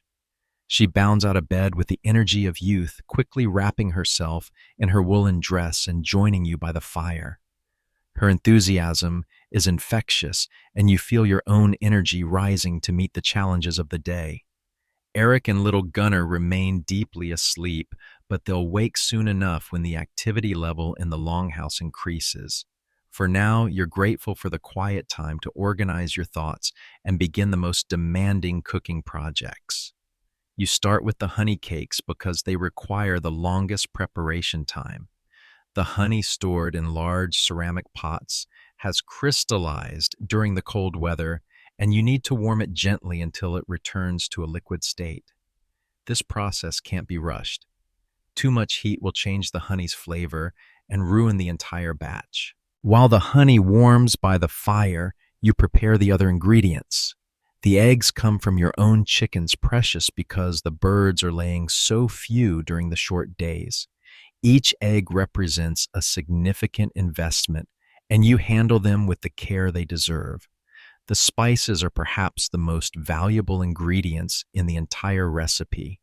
Cinnamon, ginger, and cardamom pods that Bjorn acquired during his trading voyages, each one worth more than most families earn in a week. You measure them carefully, knowing that the distinctive flavor of your honey cakes depends on achieving exactly the right balance. Ingrid helps by preparing the work surface and gathering the tools you'll need. Her movements are becoming more confident and efficient, and you're pleased with her developing competence. By the time she's ready to manage her own household, she'll have skills that many older women would envy. The honey reaches the proper consistency just as your mother-in-law Sigrid joins the morning activities. Despite her 62 years, she moves with purpose and energy when important work needs to be done. Her experience will be invaluable today, and her presence adds authority to your preparations. A good day for baking, she observes, testing the warmth of the honey with her finger. The air is dry, and the fire is burning clean. The cakes should rise properly. This approval means everything to you. Sigrid has been making honey cakes for 4 decades, and her standards are exacting. If she believes conditions are favorable, you can proceed with confidence. You begin mixing the batter, combining the warm honey with the beaten eggs in a large wooden bowl. The mixture must be stirred constantly to prevent the eggs from cooking in the warm honey, a delicate process that requires complete attention. Ingrid helps by adding the dry ingredients, gradually allowing you to maintain the steady stirring motion. The spices are added last, their exotic aromas filling the air and announcing to everyone in the longhouse that something special is being prepared. The scent of cinnamon and ginger is intoxicating, a preview of the flavors that will delight the feast guests tomorrow. The finished batter is thick and golden with a consistency that indicates proper preparation. You test it with your finger, checking for smoothness and flavor balance. Everything seems perfect. The honey provides sweetness and moisture, the eggs add richness and structure, and the spices contribute the complex flavors that make these cakes so highly prized. The baking process will take several hours, as each batch must be carefully monitored to prevent burning. The honey cakes are baked on flat stones that have been heated in the fire, a technique that requires skill and experience to master. Too much heat, and the outsides burn before the insides cook.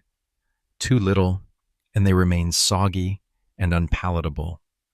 While the first batch of cakes bakes, you turn your attention to the other contributions your household will make to the feast. The fermented fish needs to be carefully cleaned and arranged on serving platters. The cheese must be cut into appropriate portions and garnished with herbs. The preserved meats need to be sliced and arranged attractively. Each task requires attention to detail and careful presentation. The Winter Night's Feast is not just about providing food, it's about demonstrating your household's prosperity skill and commitment to community standards. People will remember not just how the food tastes, but how it looks and how it's presented. Eric and Gunnar finally wake drawn by the incredible aromas filling the longhouse. Their excitement is obvious as they realize that today is the day before the great feast. For children, the Winter Night celebration is one of the most anticipated events of the year. Can we help? Eric asks, his 12-year-old dignity warring with his desire to be part of the important activities. There's always work for willing hands. You tell him, and his face lights up. You assign him the task of carrying the finished food items to the storage area where they'll be kept until tomorrow's feast. It's important work that requires care and responsibility, perfect for a boy his age. Little Gunnar is given the job of keeping the fire at the proper level for baking. It's a task that requires constant attention, but isn't too complex for a 6-year-old to handle. His pride in being given such an important responsibility is touching, and he takes his duties very seriously. As the morning progresses, the longhouse becomes a center of intense activity. The honey cakes emerge from the oven, golden and fragrant, each batch perfect in texture and flavor. The other food preparations advance steadily, with every family member contributing to the effort. Bjorn appears as the morning reaches its peak, having completed his own preparations for the feast. His contributions include several barrels of ale arrangements for additional seating and coordination with the other men regarding entertainment and ceremonial activities. The village is alive with preparation. He reports accepting a cup of fresh ale and a piece of warm honey cake. Every household is working at full capacity. Tomorrow will be a celebration to remember. This news is gratifying, but not surprising. The Winter Night's Feast is the most important social event of the year, and every family wants to contribute their best efforts. The competition to provide the finest food, the strongest ale, and the most generous hospitality is friendly but intense. The baby in your belly seems energized by all the activity, moving actively as you work. You pause occasionally to rest your back and catch your breath, but the excitement of the day keeps you moving. This may be your last Winter Night celebration before the birth, and you want it to be memorable. As the afternoon approaches, you begin to see the fruits of your morning's labor. Dozens of perfect honey cakes cool on wooden racks, their golden surfaces gleaming in the firelight. Platters of beautifully arranged fish, cheese, and meat wait to be transported to the feast hall. Barrels of ale stand ready to provide refreshment for the celebration. The sense of accomplishment is profound. You've successfully managed a complex cooking project while pregnant, coordinated the efforts of your family, and created food that will enhance the reputation of your household.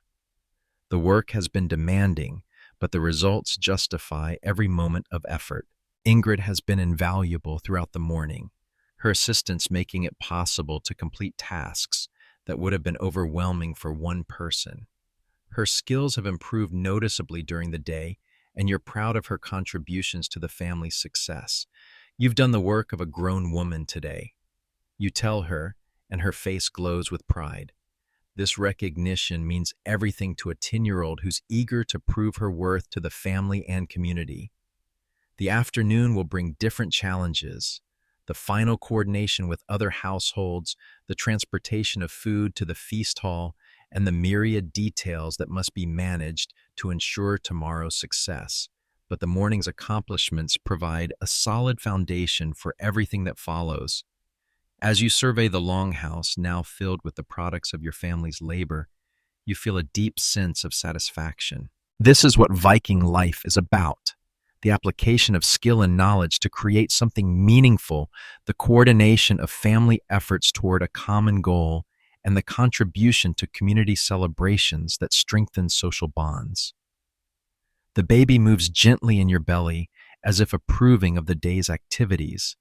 This child will be born into a family that understands the importance of excellence, the value of hard work, and the satisfaction that comes from making meaningful contributions to community life.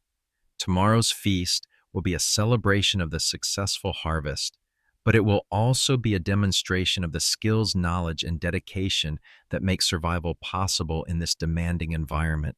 Your contributions will be part of that demonstration, a testament to your household's prosperity and your personal competence. As the afternoon shadows lengthen and the final preparations for tomorrow's feast near completion, you find yourself in a reflective mood. The physical demands of the day have been substantial, but they've also triggered memories of past winter night celebrations, each one a milestone in your family's history. You remember your first winter night's feast as Bjorn's wife 8 years ago, when you were young and uncertain about your ability to meet the community's expectations.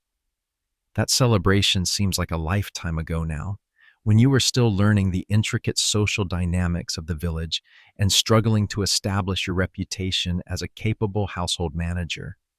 The memory makes you smile as you arrange the final platters of food. That first year, your honey cakes had been slightly burned on the bottom, and you'd been mortified by what seemed like a catastrophic failure. Sigrid had reassured you that even experienced cooks occasionally had mishaps, but you'd been convinced that your reputation was ruined before it was even established. How different things are now.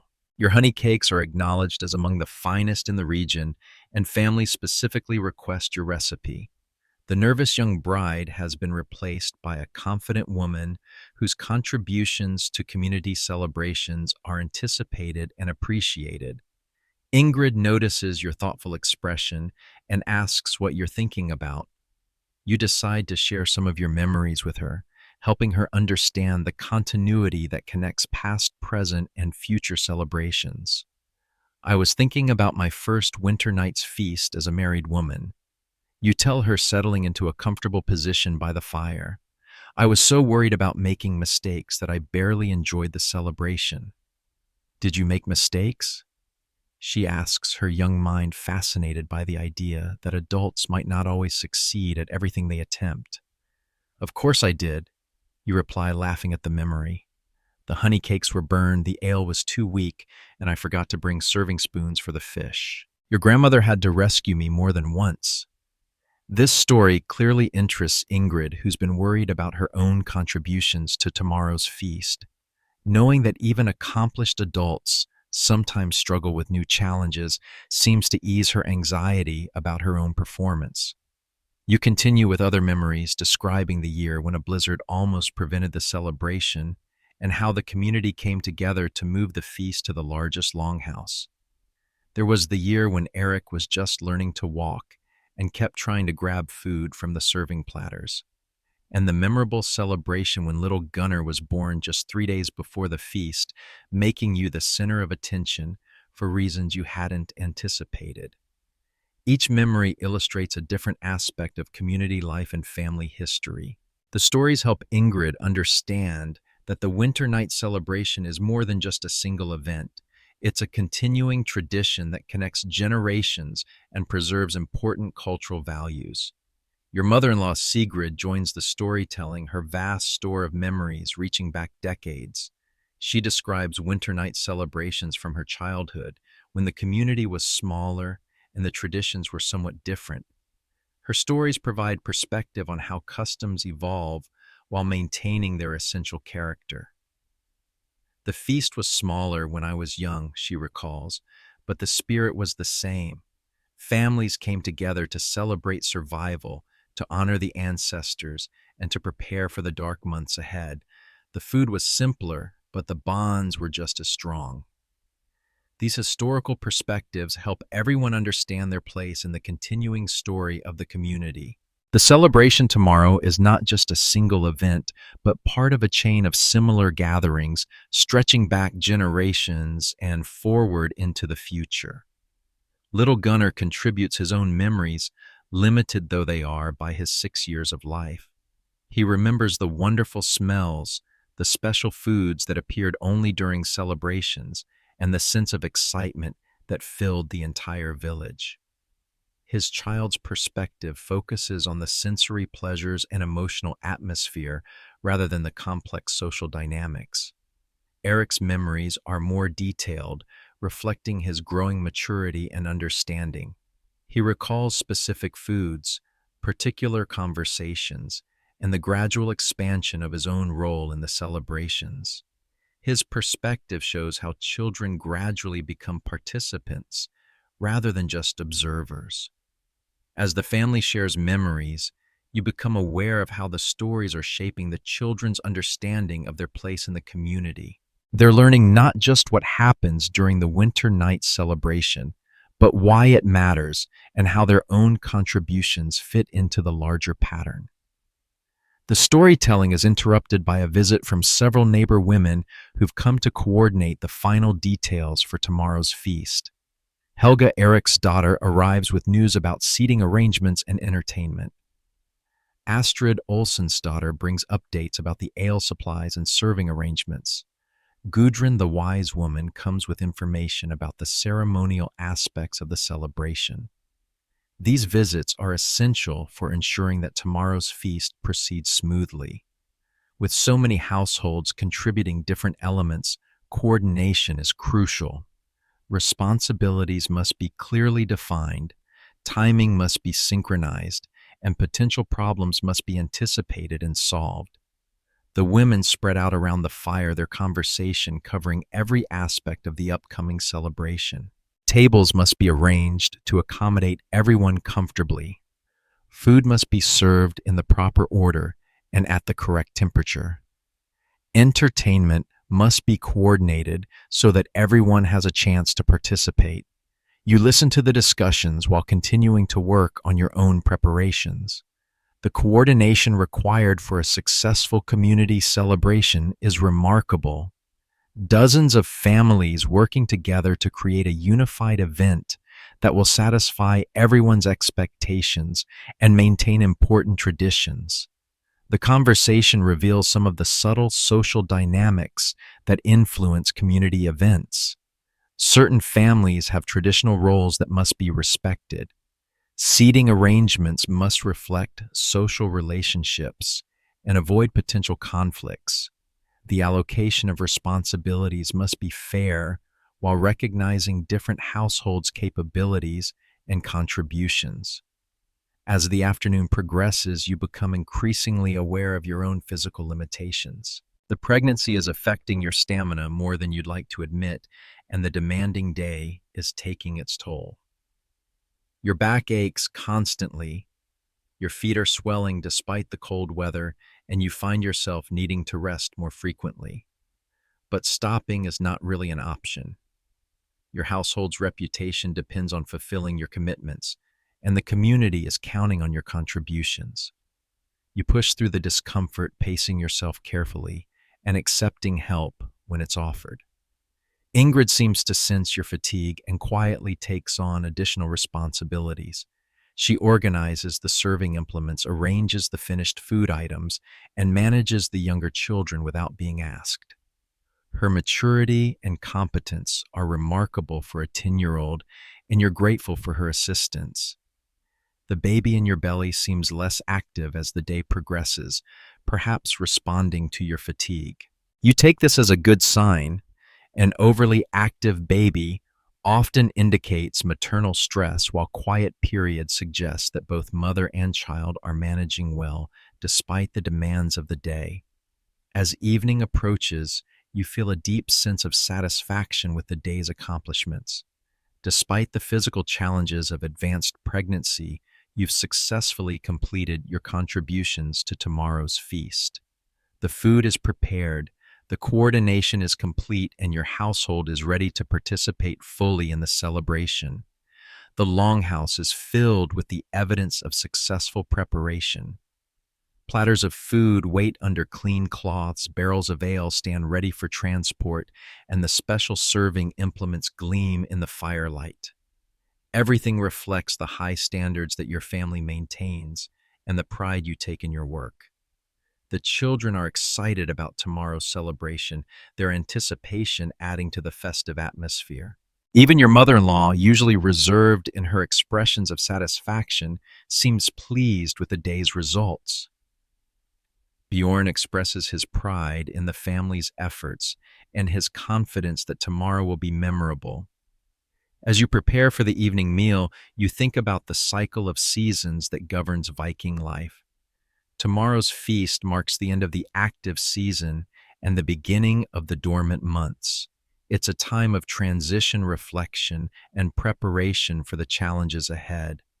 But it's also a time of celebration, community bonding, and cultural reinforcement.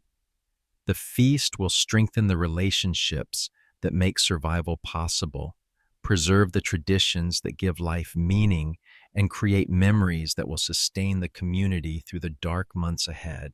Your contributions to the celebration are more than just food. They're expressions of your family's values, demonstrations of your skills and investments in the social relationships that make community life possible. Tomorrow's feast will be a success, and your household will have played an important role in that success. The baby moves gently in your belly, a quiet reminder of the future that's growing within you. This child will be born into a community that values tradition, celebrates achievement, and supports its members through difficult times. The Winter Night's Feast represents all of these values, and your participation in it helps ensure their continuation. The evening arrives with the soft whisper of falling snow and the distant sound of preparations echoing from other households throughout the village. As you settle by the fire for what will likely be your last quiet family meal before tomorrow's grand celebration, you feel the full weight of the day's accomplishments and the anticipation of what lies ahead. Your body aches from the intensive preparations, and the baby seems to sense your fatigue settling into a peaceful stillness that you hope will continue through the night. At nearly 8 months pregnant, every task requires more effort than it once did, but you've successfully completed your contributions to the feast without compromising the quality that people expect from your household. The evening meal is simple but satisfying. Leftover stew from the previous day, fresh bread, and some of the cheese that didn't make it onto tomorrow's platters.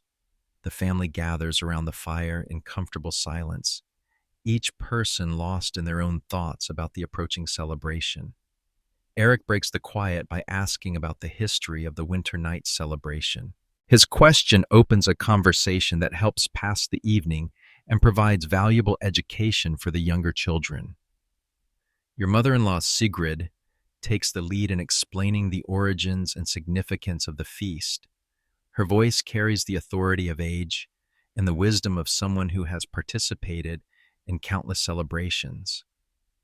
Winter Nights marks the time when the veil between worlds grows thin. She begins her voice taking on the formal cadence of traditional storytelling. It's when we honor the ancestors who watch over us and ask for their protection during the dark months ahead. She explains how the celebration evolved from ancient rituals designed to ensure survival through the harsh winter. The feasting demonstrates the community's successful harvest and adequate food stores. The social bonding strengthens the relationships that will be crucial during the months of confinement and hardship. But it's also about hope, Sigrid continues. Even as we acknowledge the coming darkness, we celebrate the promise that light will return. The sun will grow stronger, the days will lengthen, and life will begin again. This explanation helps the children understand that tomorrow's celebration is more than just a feast.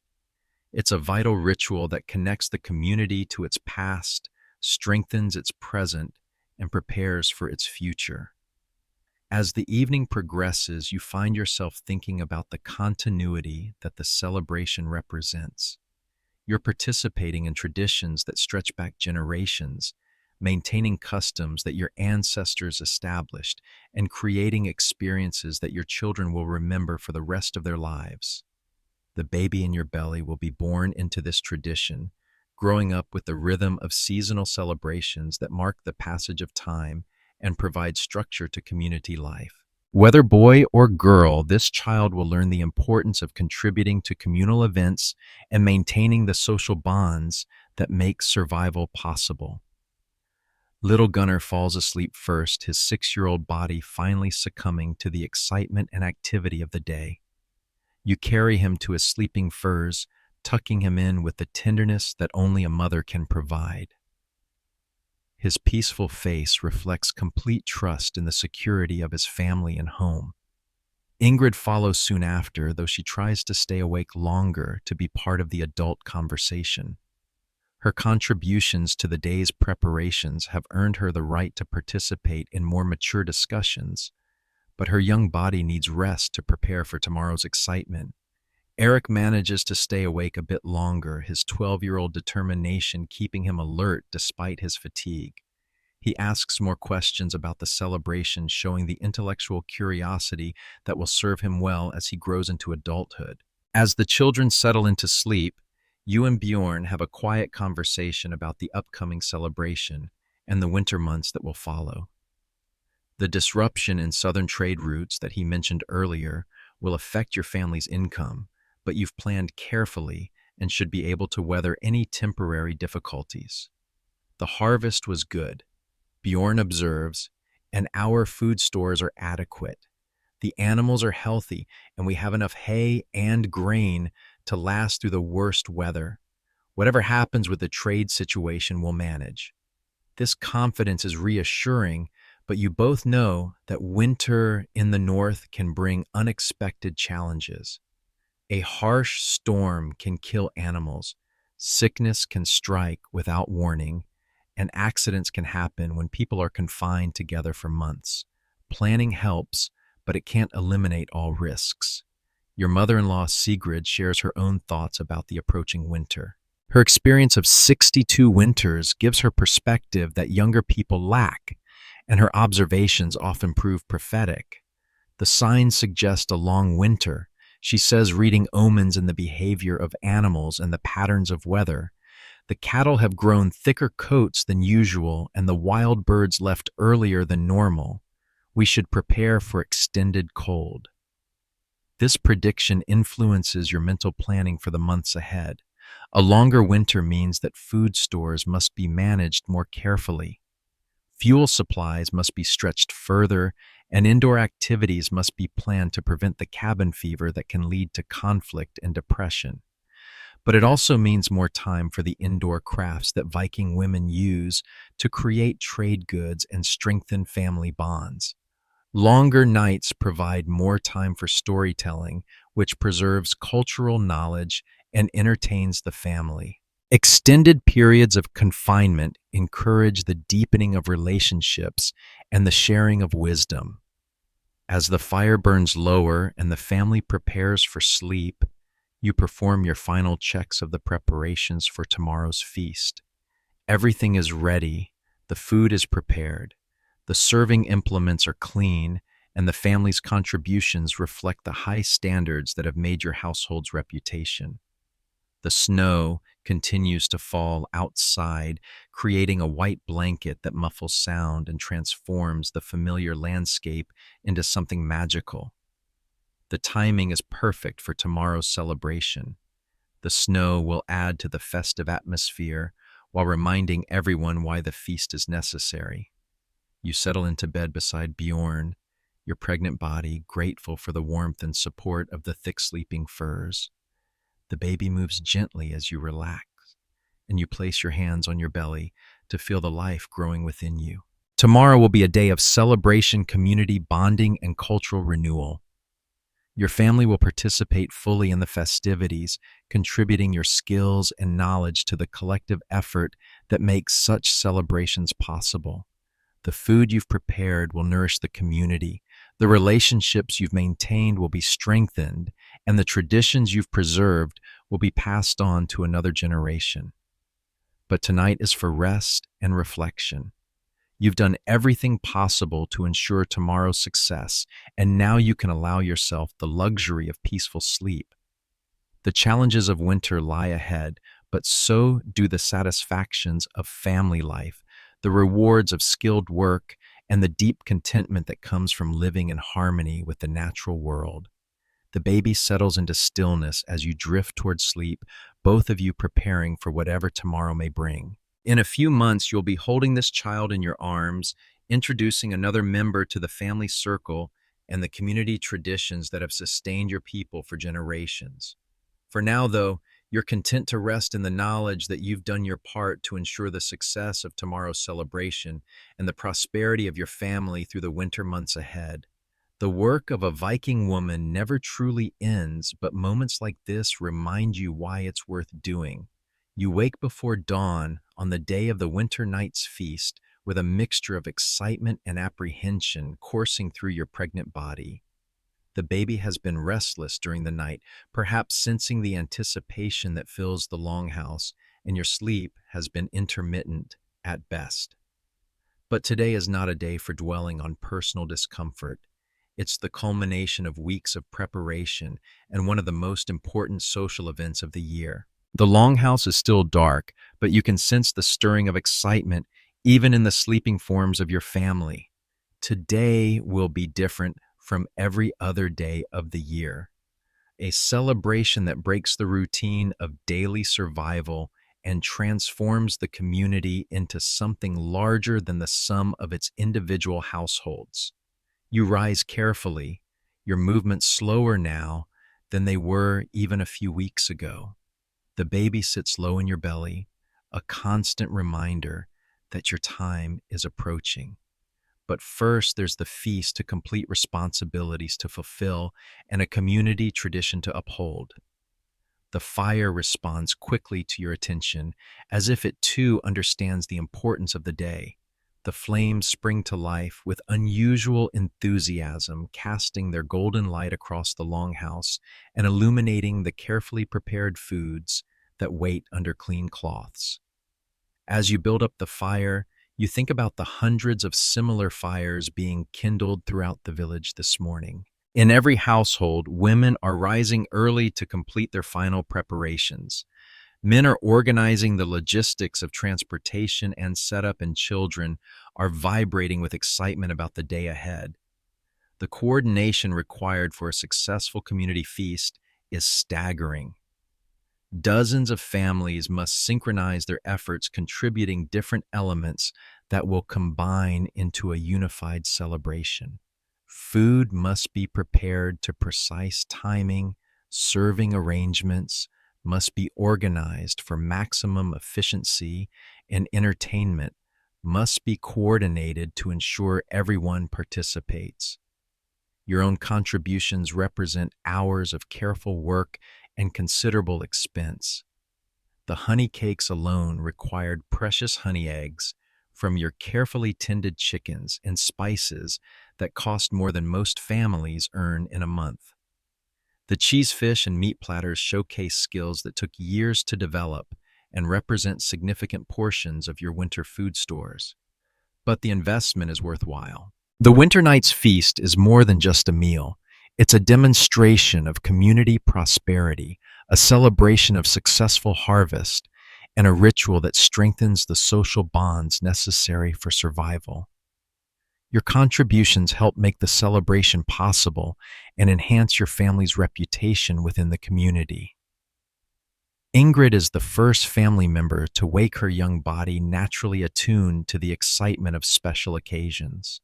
She sits up in her sleeping furs, her eyes bright with anticipation despite the early hour. "Is it time, Mama?" she asks, echoing her question from yesterday, but with even more excitement in her voice.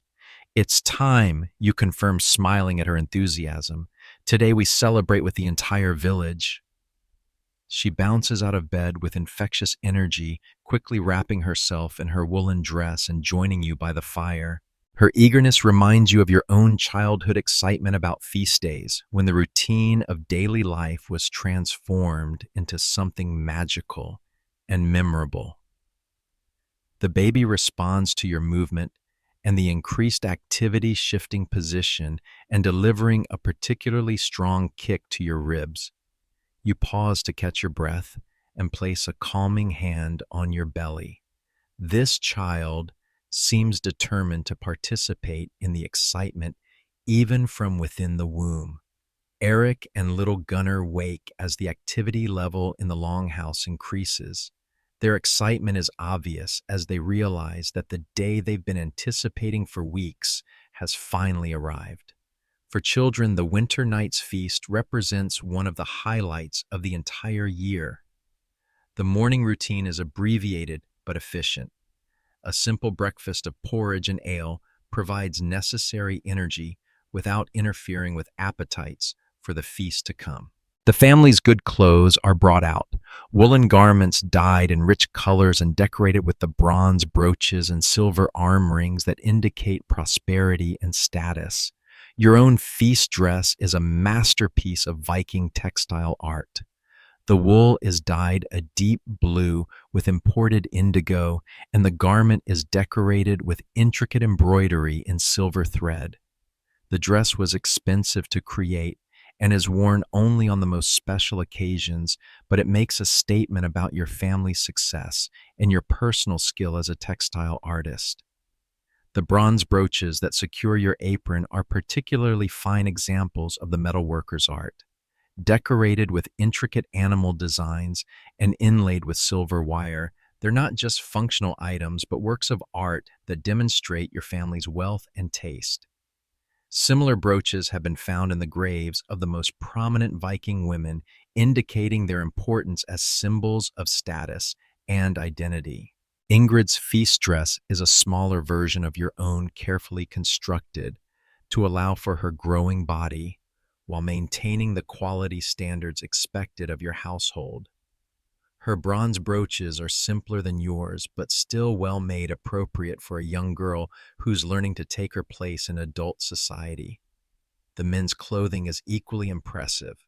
Bjorn's tunic is made from the finest wool, dyed a rich brown and decorated with tablet-woven trim in geometric patterns.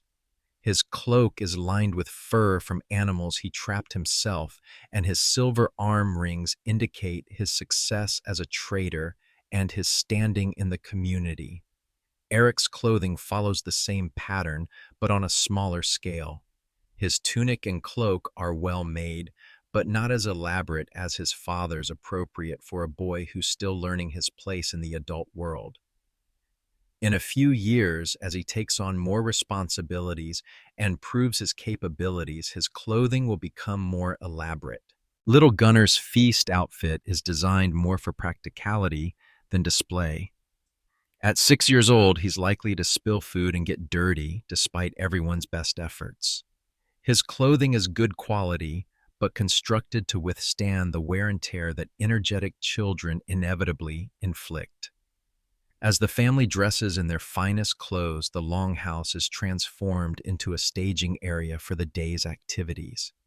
The carefully prepared foods are arranged on wooden trays and covered with clean cloths. Serving implements are polished to a high shine. Barrels of ale are prepared for transport to the feast hall. The logistics of moving everything to the community gathering place require careful planning. Some items can be carried by hand, but the heavier barrels and larger platters need to be loaded onto sleds or carts. The timing must be precise. Too early, and the food might be damaged by cold too late, and the family will miss the ceremonial opening of the feast. Your mother-in-law Sigrid supervises the packing with the authority of decades of experience. Her eye for detail ensures that nothing is forgotten and everything is properly protected for transport. Despite her advanced age, she moves with purpose and energy when important tasks need to be completed. The honey cakes in the wooden box she directs, with cloth between the layers to prevent sticking. The cheese platters covered completely. The cold air will crack the surface if they're exposed, and make sure the ale barrels are sealed tightly. We don't want to lose a drop. These instructions reflect a lifetime of experience with feast preparations. Every detail has been learned through trial and error, success and failure over decades of participation in community celebrations. The knowledge she shares prevents mistakes that could ruin hours of work and damage the family's reputation.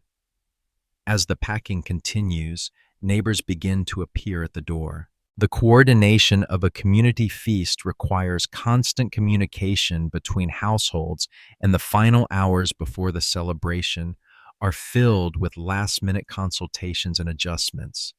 Helga Eriksdotter arrives with news about the seating arrangements and updates on other families' contributions. Her information helps you understand how your own preparations fit into the overall plan and ensures that there are no duplications or gaps in the feast menu. The Olsons are bringing extra benches, she reports, and the Petersons have prepared additional ale. The Andersons' contribution of roasted pork will complement your fish dishes perfectly. This coordination is essential for creating a balanced and satisfying feast. Too much of any single type of food can overwhelm the meal, while gaps in the menu can leave guests unsatisfied. The communication between households ensures that the final result meets everyone's expectations. As the morning progresses, the excitement throughout the village becomes almost palpable. Children's voices can be heard calling to friends, and the sounds of preparation echo from every household. The normal routine of daily life has been completely suspended in favor of the special activities required for the feast. The weather is cooperating beautifully. The snow that fell during the night has created a pristine white landscape that adds to the festive atmosphere. The air is cold, but not brutally so perfect for the outdoor activities that will be part of the celebration. Your own excitement builds as the departure time approaches. Despite the physical challenges of advanced pregnancy, you feel energized by the anticipation of the day ahead. This celebration represents the culmination of your efforts and the validation of your skills as a household manager. The baby seems to share your excitement, moving actively as you make the final preparations. You wonder if this child will remember being present at this feast carried in the womb during one of the most important celebrations of the year. There's something poetic about the idea of this new life participating in an ancient tradition even before birth.